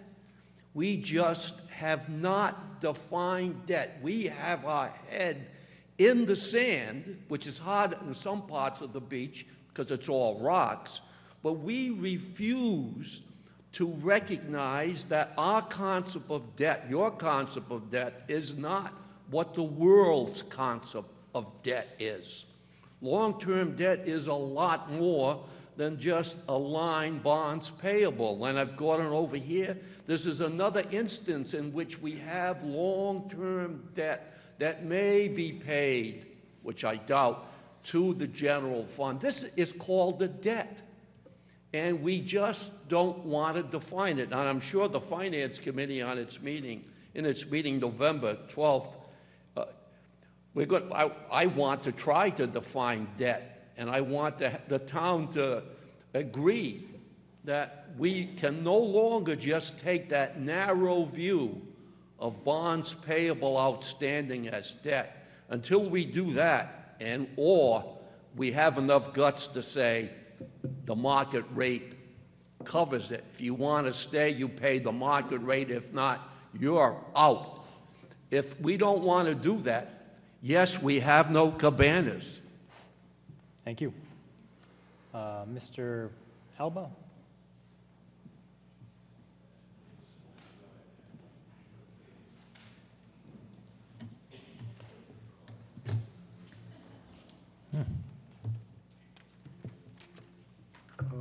To me, this is a no-brainer. I mean, there's a waiting list a mile long to get into the cabanas, and all we have to do is raise the rents. That's all. I mean, I don't see what the problem is. So until the market demands to get in there, we should have no problem raising the rents to cover the expenses and the insurance. Thank you. Thank you. Mr. Brady?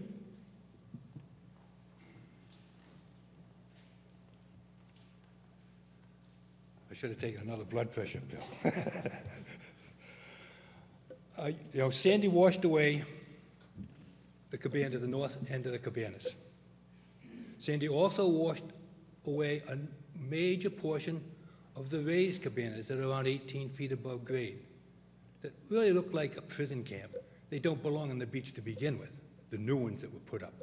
At least the ones that were washed away fit into the beach. They were at the grade of the beach. You could use your cabana. You could sit on your deck in front of your cabana.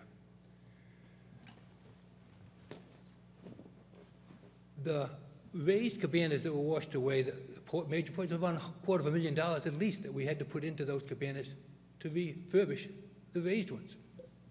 Now we're proposing to put new cabanas up 18 feet in the air to match the old cabanas, the existing cabanas. They don't fit with the beach at all.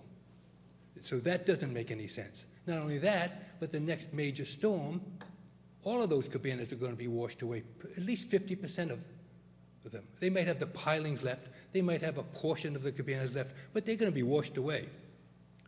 We have to think, if you're going to have cabanas, where you're going to put them. They don't belong there. They need to be moved back. There was a proposal submitted to this council, or the last council, a year and a half ago, to put the cabanas connected from the north pavilion to the south pavilion and back of the sand dunes, and connect the north pavilion to the south pavilion with a boardwalk and cabanas. That's what you should be thinking about. But don't build the same place that are going to be washed away again. It just doesn't make any sense. Now, you've spent $20,000 on architectural plans. Now the staff has decided that it's a good idea to rebuild them. I'm sorry, but the staff should not be running this town. They really should not be. The fire department shouldn't be running it, the police department, the school department, the recreation department. Have you added up how much you've spent in the first 6 months of this council? It's a lot of money.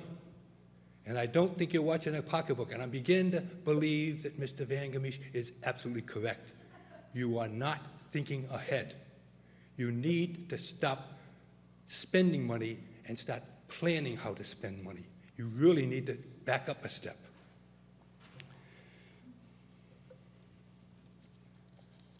Yeah, and the cabanas you've got now, people are spending 40 years in them. Let's see, one family spends 40 years in a cabana. That means no one else is going to use that cabana for 40 years. There should be a limit on how many years you can have a cabana. Maybe 5 years, 10 years maximum, while your children are young. But, Excuse me, there is a limit. There never was before, but there is now. I think you can hand it down to your next generation. That you can? Yes, one time. Well, that's 30 years there. I'm just telling you what the rules and regulations are. Yeah. I got a copy of it right here, if you'd like to look at it. Anyway, that's I'm sorry, but you should not do this. This is a terrible mistake. It's just, Mr. Vandermeer said you're putting your head in the sand. Well, I'm sorry, but you are. If you rebuild this cabana in that location, you are.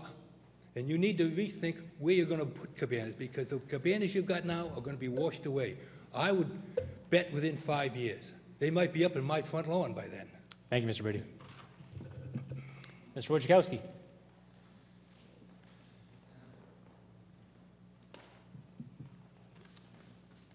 I thought I heard 14-year payback. That just doesn't seem reasonable, you know. So we've got a plan for maybe a 3 or 4 year payback. So let's pull a number out somewhere, and let's say the cabana fees have to triple.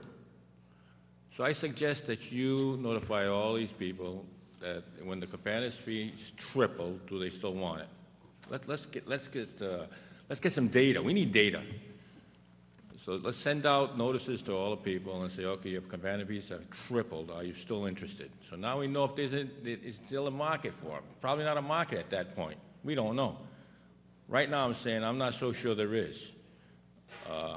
And along with that, you know, you're probably looking at $500,000 or more in sand transfer.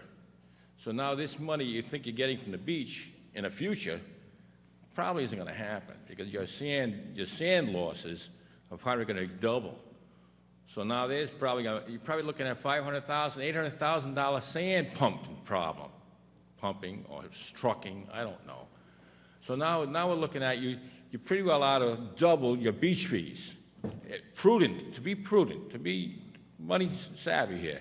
You got to double all your beach fees in anticipation of the sand you're going to have to provide. You're going to have to triple the cost on the cabanas. Look at that situation there before you consider building cabanas. It just doesn't seem that it's the right thing to do. It just doesn't seem it's the right thing. The cost is prohibitive. And so that analysis for 14 years is not correct. It should be 3 years, 4 years. And look at that one more time. We need more data. Will people pay 3 times more? And we should demand that. And that'll help us. Maybe I can stand up and say, be more positive. Right now I say no. I don't think they're going to do that. No.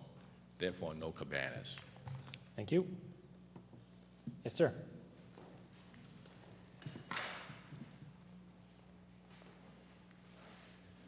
I'm Gary Dorfman, Sea Ridge Drive in Narragansett. I hate to buck the trend of fiscal responsibility here, but I think some facts are in order. My understanding is that the beach fund pays approximately $200,000 in lieu of taxes every year, and until recently had a reserve of $2 million. So I'm not sure that we're really talking about something that's a drain on our economy. I would agree with Ms. Agopian that we need to look at the beach in a holistic fashion, in which the cabanas are about one part of an entire beach management. To that extent, I'd like to address a few points to the council. First, I want to thank the council for considering this very important issue, and the staff for preparing the proposal in favor of rebuilding this as a fiscally responsible plan. The specific issue we're addressing tonight is rebuilding the cabana, but there's a more general issue regarding decision-making at the beach.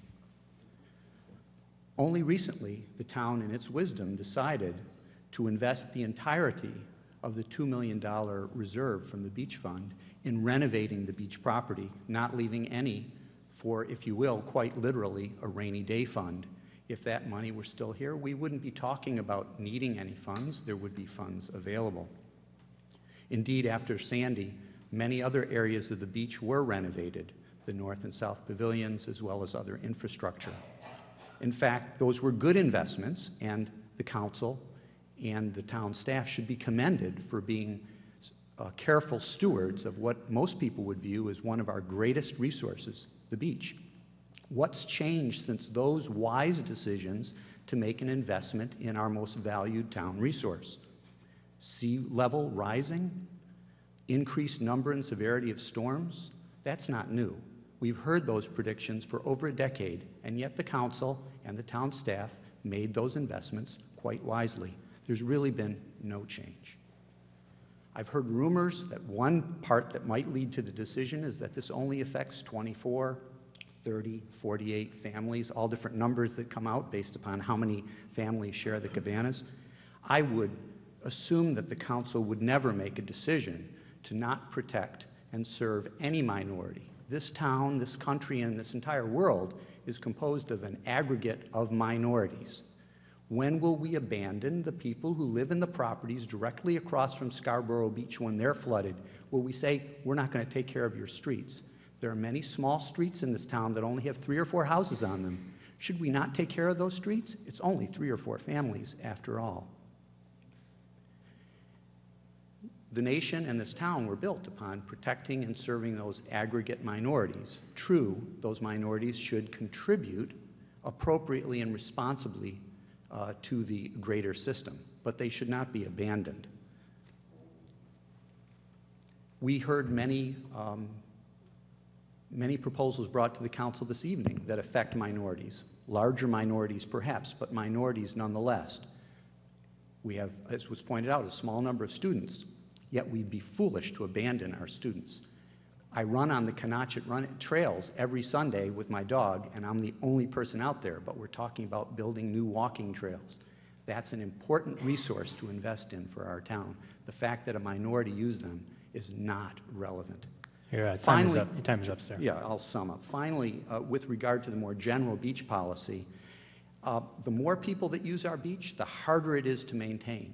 I would hope we'd go for a beach policy that says we want to have the number of people that are on that beach on any given day and double or triple our revenues. People who are not town residents should be paying a substantial premium as compared to access to state beaches and national parks, and here they pay less. So yes, the cabana prices should go up, but so should non-resident day passes. We should be charging more for parking. Time's up. And then we'll have a holistic beach policy that makes sense. I hope you continue to invest in this resource and make the proper decision tonight. Thank you. Ms. Wright.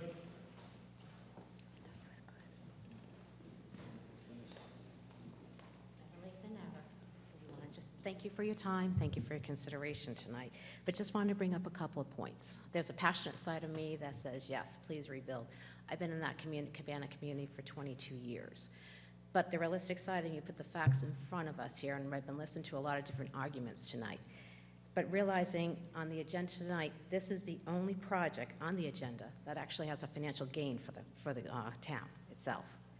And being in the cabana community, you talk about the storms coming in and washing everything away. In 1991, Hurricane Bob came in. It destroyed 2 sections of the cabanas that were rebuilt. They survived Hurricane Sandy and standing strong. There was more damage to the under part of the new pavilion, I think. The only thing we had to replace was the ramp itself and some stairs. So I know in 30 years we may not have a beach, but we can't look at the what ifs. We're here now. We take the risk. Everybody takes a risk in life. And if we're still seeing the cabana standing after 22 years and made it through Hurricane Sandy, that a lot of communities did not, I think that's a positive thing that we should look at. And if you look at the revenue it's generated from the cabanas, $1,750 every person pays. If you look over the 21-year period, 22-year period, we've generated $3 million for the town for the beach revenue with the cabana section there. So it is a money-generating thing. It is a small part of the community that utilizes it, but we're financially contributing to the beach fund itself. I agree. I think there is a need with the 250 people on a waiting list, and it's a paid waiting list. People pay $5 or $10 to remain on that list, so you're still getting money for people just waiting to be on that list. It is time for a rate raise. I think we have a great value there, but I'm willing to pay more, and I know a lot of more of my cabana community will be willing to pay more. If you consider the fact of raising the rate and rebuilding the cabana sections, because it is from the passionate side, it's a lot of community, it's a lot of heart, it's a lot of family, it's a lot of history.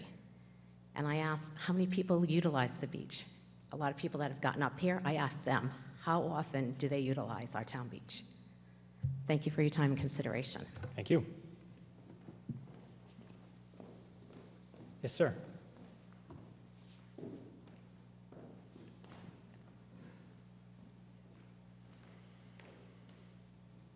Good Good evening. My name is Barry Jagalinzer. I live at 51 Fifth Avenue.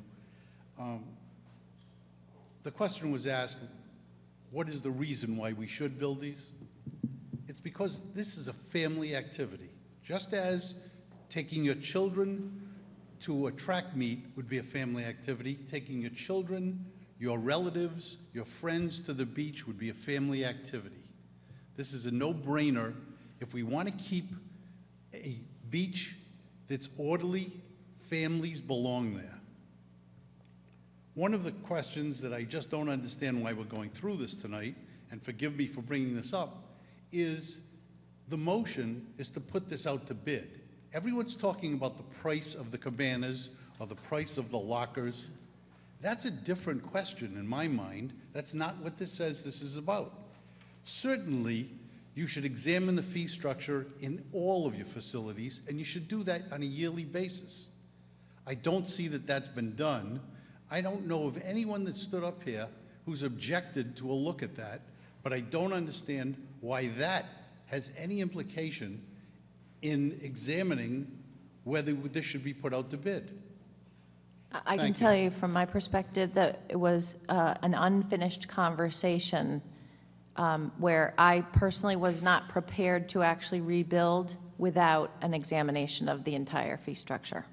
But wouldn't you ordinarily do that every year? We have not. We have not holistically approached it. If you picked up on the conversation earlier, tactically, we have been in such an emergency to just get things passed in a timely fashion for whatever reason, that we have not had an opportunity to examine it holistically.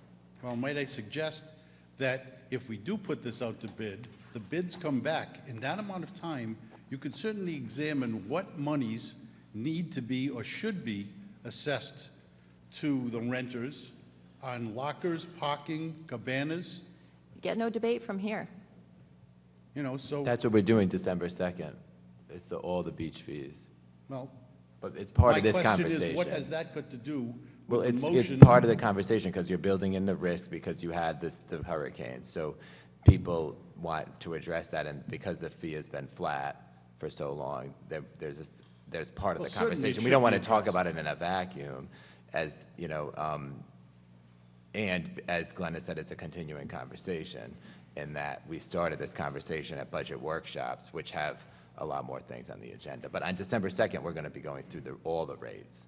And I don't think we'll be making final decisions. I don't anticipate it at that time, but at least we'll start, doing it all at once, hopefully. Thank you. Thank you. Ms. Rogers.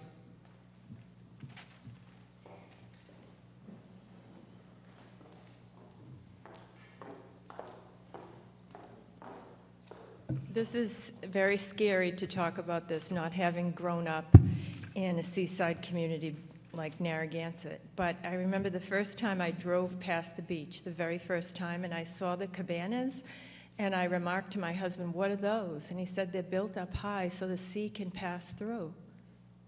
So the sea can pass through. So is Narragansett a barrier beach? Because of the fragile ecosystem and the wetlands that lay behind the beach? Who can answer me? Is it a barrier beach? I asked this question of our town engineer yesterday or the day before. And what he said to me, Jeff, correct me if I'm wrong, was very close, very close. It could be considered to be a barrier beach. Am I wrong? We don't exactly fit the federal definition of it. Right. For all intents and purposes, it's a beach. Right. So for all intents and purposes, our town engineer says it's a barrier beach. And so I think it's incumbent on you, as the people who direct our town and create our policy, to have a to create a comprehensive policy about whether we want to build structures on barrier beaches. A town is comprised of the people that live there and vote there and play there and work there and all of those things.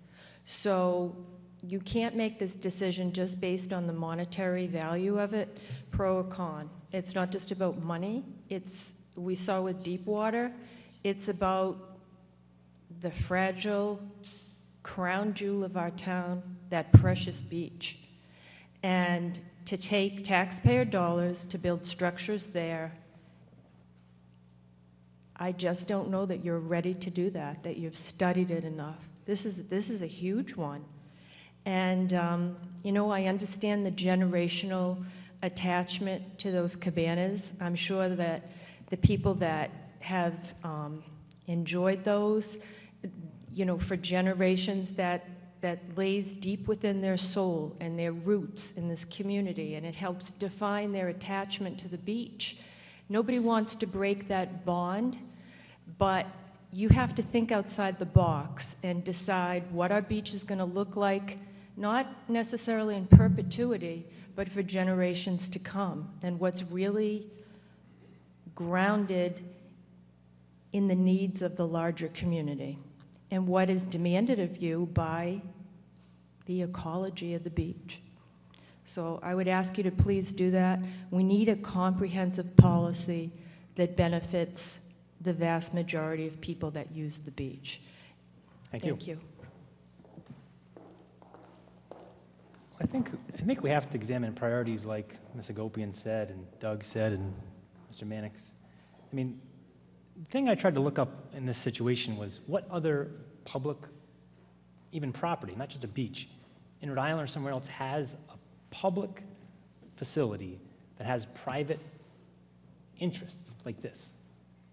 And I couldn't really find another similar situation. Maybe Newport has Easton's Beach, it has bathhouses, but I couldn't find anywhere else in Westerly or Muscogee. I could be wrong, but it just doesn't seem right to me in a democracy and in a fairness sense that a single family can have these cabanas over the course of decades.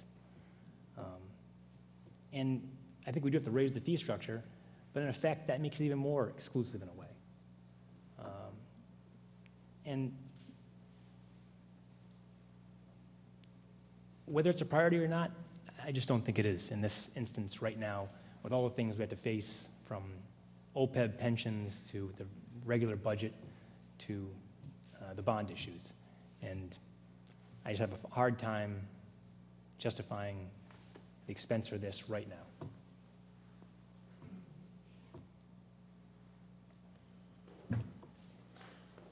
Yes, ma'am. What does that mean for the bathhouses then? You can come up. My name is Virginia DeSanto. Just come to the My podium, name is please. Virginia DeSanto. I live at 89 North River Drive. What does that mean for the bathhouses? How Nothing. many families are in the bathhouses? So you're saying that the cabanas are exclusive for certain families, as are the bathhouses. How long have the people in the bathhouses had their blockers? I'm saying in general. In general, So it you're should be including the entire... in the entire structure. I mean, I don't think any family should have it for more than a few years Mhm. because it's simply not fair to the rest of the community. If there's a 250-person waiting list for generations, something's not right there, especially if it's a public facility. You can't buy a slide at the playground and have that exclusive to your family. And how would you replace the income that you generate from the bathhouses and the cabanas? Replace Yeah. the bathhouse? How would you replace the income that you receive from the bathhouses and the cabanas if you were to, you know, not rebuild them or get rid of them over the next several years?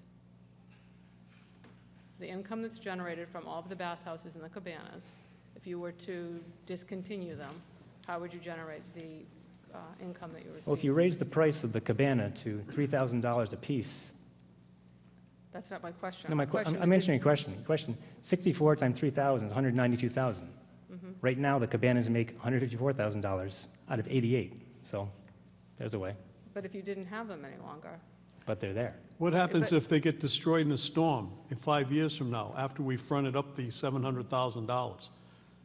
How can we justify risking the taxpayers' money for a venture where all the experts are telling us that it's not a good thing to do? I mean, aside from our staff, You're- that they're didn't your take the experts. rise in water issues into consideration, I assume. But So they how are- are we going to replace that, how are we going to replace that income? I'm suggesting to you that those cabanas are not going to pay for themselves. Long-term, we're going to have to rebuild them again. and keep paying for them, insurance-wise and everything else, unless we go to $3,000 or $4,000 a cabana. And we're not depriving anybody of the use of the beach. I go to the beach with my family when I want to go to the beach. Just because you don't have the cabana, that's not stopping you from going to the beach with your family. Absolutely not, in answer to those other questions. Have you tried to go to the beach at 11 o'clock on a Sunday as a town resident and been turned away from the parking lots? My wife has. Yeah. I'll also tell you that maybe another thing we haven't talked about here, that the cabana's owners also have 2 parking passes too. They have their own private parking places over there, in addition to 6 more passes that go along with that $1,750. So they don't have a problem finding a place to park. That's not accurate all the time. That's not accurate? No, because you get 1 pass with your cabana, and you can buy for an additional sum a second pass for the cabanas. You get 6 passes for the individuals. And if I have a cabana, then I cannot buy a walk-on pass for myself. Are you aware of that? So I'm discriminated against at the... I have a copy of all the regulations here, and that's the way it was explained to me, and Right. I read it. But your question was how are we going to replace that income Right. From the cabanas we're talking about, Yes. right? And the bathhouses. The cabanas, in my opinion, are not going to pay for themselves. Absolutely not. And we're fronting $700,000 of every taxpayer's money to finance that project. And the other thing, the ecology of the beach, it'd be a good thing for it not to be there for the overall ecology of the beach, which I think is the #1 reason, okay? It's not going to pay for itself long-term. And nobody has told me that building that cabana there makes that beach more attractive, because it doesn't. It really doesn't. I think it's much more attractive after that cabana was out of there. You think it's more in attractive? my opinion. You In think my it's more- opinion. You think it's more attractive currently without the cabana? Pardon there? me? You currently think the way it looks is more attractive now than it was prior to with the Yes, I cabanas do. being there? Yes. Did you spend time there this summer to see what was happening up there? Yeah, I saw children playing ball and laughing and having fun there. Yeah, I did. Okay. I saw that too, but I saw a lot of other things as well. But thank you for your time. So James, so I think coming back to the motion, clearly we've heard expression of sort of where we're each at, right? And I continue to come back to our views are based on kind of an estimate that was best thinking by the staff, right? And there's a theory and a hypothesis around how much the taxpayer would be coming out of pocket. And there's a philosophical question on the table, which is a valid one. There's an economic question on the table, right? Is there value in understanding fully the cost we would be dealing with?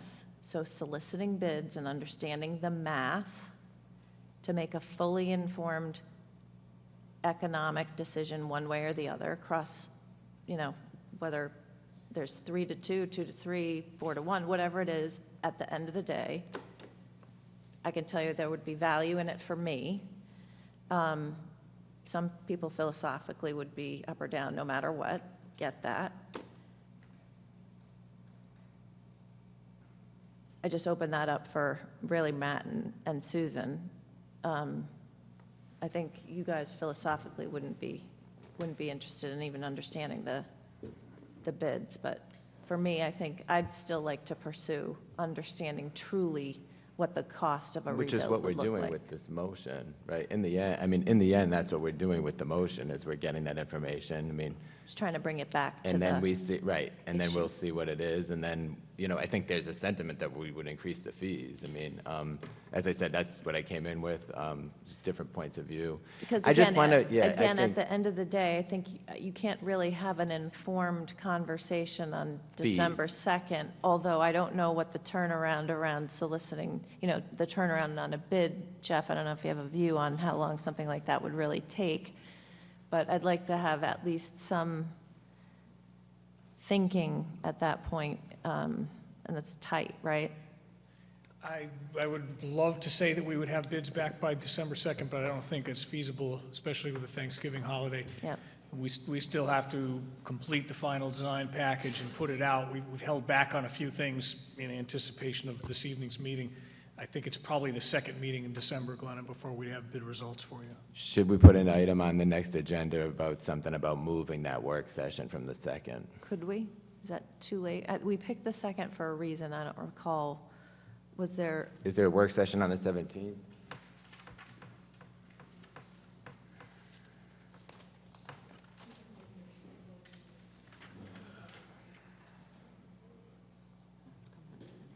Is this by state law? Oh, the state law that requires that you meet with the school committee? That That's a has to pretty be- short meeting usually. Yeah, we don't really know too much at that point, sort of the initial meeting. Yeah, Glenna, I think that's a good idea. If we could work that out, at least we'd have more information. And I would rather, as Matt said, increase fees, look at the bids, get some more information. So I'd be willing to go in that direction for sure. So just to go back to your idea, are you, I'm not trying to read your mind, but are you thinking either the bid's going to be, currently it's 600,000 to 700,000, you think it's going to be less or more? Or you just I have don't no want idea. to?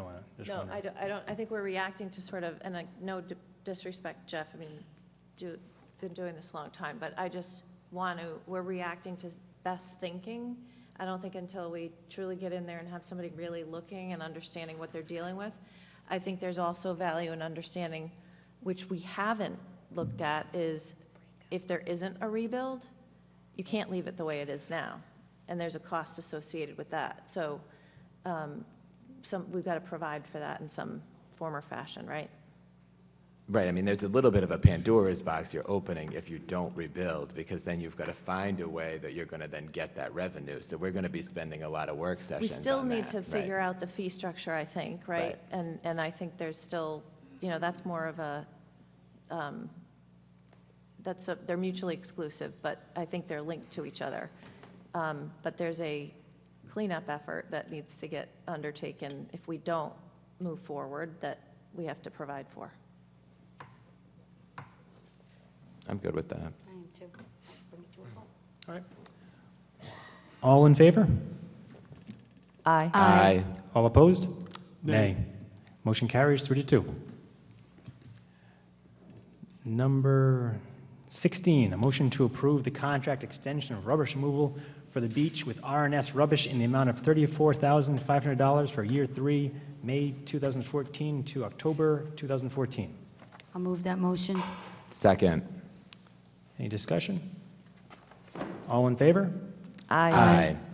Number 17, a motion to approve the settlement and authorize the town solicitor to sign a consent order to resolve litigation, or consent orders to resolve litigation that was filed against the town by Essex LLC, John D. and Amy Tyree, and Leonard J. Triedman. I'll move that motion. Second. And Mark, this is just a tax issue. Those are, we talked about those in executive session last meeting. Those are 3 tax appeals that were filed a couple of years ago. Mr. Majika had actually resolved them, but the final paperwork hadn't been put together. It's about a $100,000 reduction in valuation for each of the 3 properties. And then there'll be a small refund of taxes paid. So this is just cleaning up a couple of loose ends that were hanging around on those 3 appeals. Right. All in favor? Aye. Motion carries 5-0. Number 18, a motion to approve the settlement and abate the real estate taxes to resolve litigation that was filed by Russell A. Boss and Marjorie B. Boss versus John Majika, Town of Narragansett. These are also tax appeals. They've got a much longer history than the ones I just talked about. They've been around for 6, 7, 8 years. Mr. Booth and myself came to a suggested resolution, and we've been able to come to a compromise with the boss's attorney. So this will resolve about 10 tax appeals. It'll also resolve the pending one they filed for this year that hasn't yet gotten to court, which is about to go to court. Is there I'll move that motion. Second. and all in favor? Aye. Aye. Motion carries. A motion to, let's see here. Motion to reappoint Harold E. Kemble and Diane S. Nobles to the Historical Cemetery Commission for 2-year terms that will expire on November 1st, 2015. I'll move that motion. Second. All in favor? Aye. Aye. Number 20, a motion to reappoint Terrence Fleming to the Planning Board for a 5-year term which will expire on November 1st, 2018. I'll move that motion. Second. And Mark, just for our purposes, one of the regulations says we should interview this candidate, but since he's a current member moving on to a second term, we don't think that's necessary. We, in the past, have not looked at a reappointment as a requirement for an interview, and actually, we're going to clean that up on your regulations, I think, in your next agenda, to make it clear that it's reappointments do not need if you've interviewed already, do not need a Yeah, re-interview. or it's a new vacancy kind of thing, yeah. Right. Good. Right, if it's Thanks. an open seat, we have to interview. Yes, and Right. that was the intent, and I think that's the way it's been operated, but on a reappointment, no. And Terry does a great job He does. on the planning board. We're happy to have him. All in favor? Aye. Aye. Motion carries. Number 21, a motion to reappoint John G. Shield to the Tax Assessment Board of Review for a 3-year term which will expire on November 1st, 2016. I'll move that motion. Second. All in favor? Aye. Aye. Aye. Motion carries 5-0. I believe Ms. Nolan has a report from the town manager. Thank you, Mr. Chairman. I've got a report tonight that the town finance director, Mr. Goodrich, who has left, has reported to me that he will be leaving. He originally told me it would be the end of December. He now has given some thought to it and thinks maybe he can make it till the end of January. In anticipating this, also, I should point out that we have an assessor that we're currently searching for. So the Human Resource Director, Ms. Fairhurst, and I are going to get together the advertisement and start advertising for Mr. Goodrich's position. And in doing this, I have taken the opportunity to sit with our auditor, our independent auditor, and just she and I, and talked about the department, the financial department. What I wish to undertake is a complete reorganization of the finance department, and knowing full well that this is going to take a couple of years because it's going to involve labor negotiations, because most everyone is in a union, including some people who hold positions like controller, IT director, assessor, treasurer. So I'm going to need some time to do that. But what I have done is gone forward and talked to Ms. Sapala, the school superintendent, and the finance director, Ms. Haggerty. And we have talked about merging, the possibility of merging the school and town finance departments. I think that this is something that's something that we should be looking at right now. I think it's inevitable in the long run, but it has to be done very, very carefully. We are going to explore this. That's where we are right now. I want to try to lessen expectations that anything can happen quickly. The urgency in the whole situation is that Mr. Goodrich is leaving, and he's been very solid in his financial supervision, and the town's financial standing right now is very good, and it's due a lot to the finance director. So I'm going to be looking for a new finance director, and it's kind of initiated the whole thinking about the finance department in general and how we can improve it. And we sat down together with the school department. We're going to work on it. We're going to explore.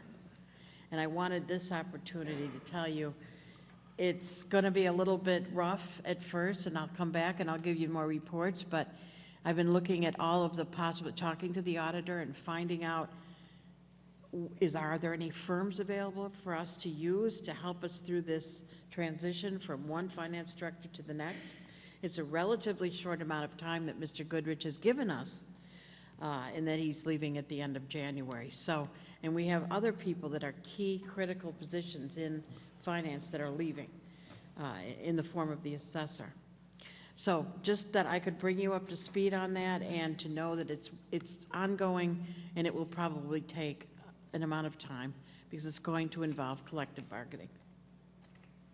Okay, thank you very much. Very good. Pam, how many employees are there in finance, town, and school finance? Finance Committee for the school is quite small, but very effective, very good. We have many, many more in the, I don't have the number at the Okay, top well, of my yeah, head. I'll that's get fine. it to No you. no I'll get biggie. it back. Okay. But theirs is very small compared to ours. And we're looking at, Westerly recently combined, merged school and town finance. And the school people have gone to Westerly and talked to the finance director to get their entire, how did it work? What was wrong? What was good? Does it work? Because they've had over a year's experience now. So we know that there are other communities that we can pick their brains and find out, what, and how much did you save? So that's, I want you to know we're in earnest, beginning. And I know that Ms. Sapala did inform the school committee tonight. And again, my caution is that no great expectations yet. We'll be working on it, and we hope to end up with a better product. We got a good one, but we hope to improve it and to hopefully save some money.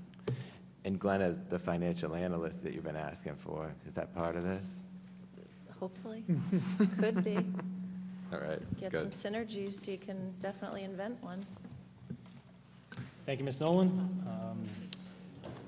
A motion to retire to executive session of the Town Council with the Library Board of Directors at the end of the November 4th, 2013 Town Council meeting, as in accordance with 22-246-4 to discuss considerations related to the acquisition and leasing of real property for public purposes in accordance with the General Law 42465A5, and to discuss litigation regarding the U.S. EPA notice of violation in accordance with General Law 42465A2, and to discuss a grievance, John Majika versus Town of Narragansett, as in accordance with 42465A9, and appoint Mark McSally as clerk pro tem. Would you like to make that motion?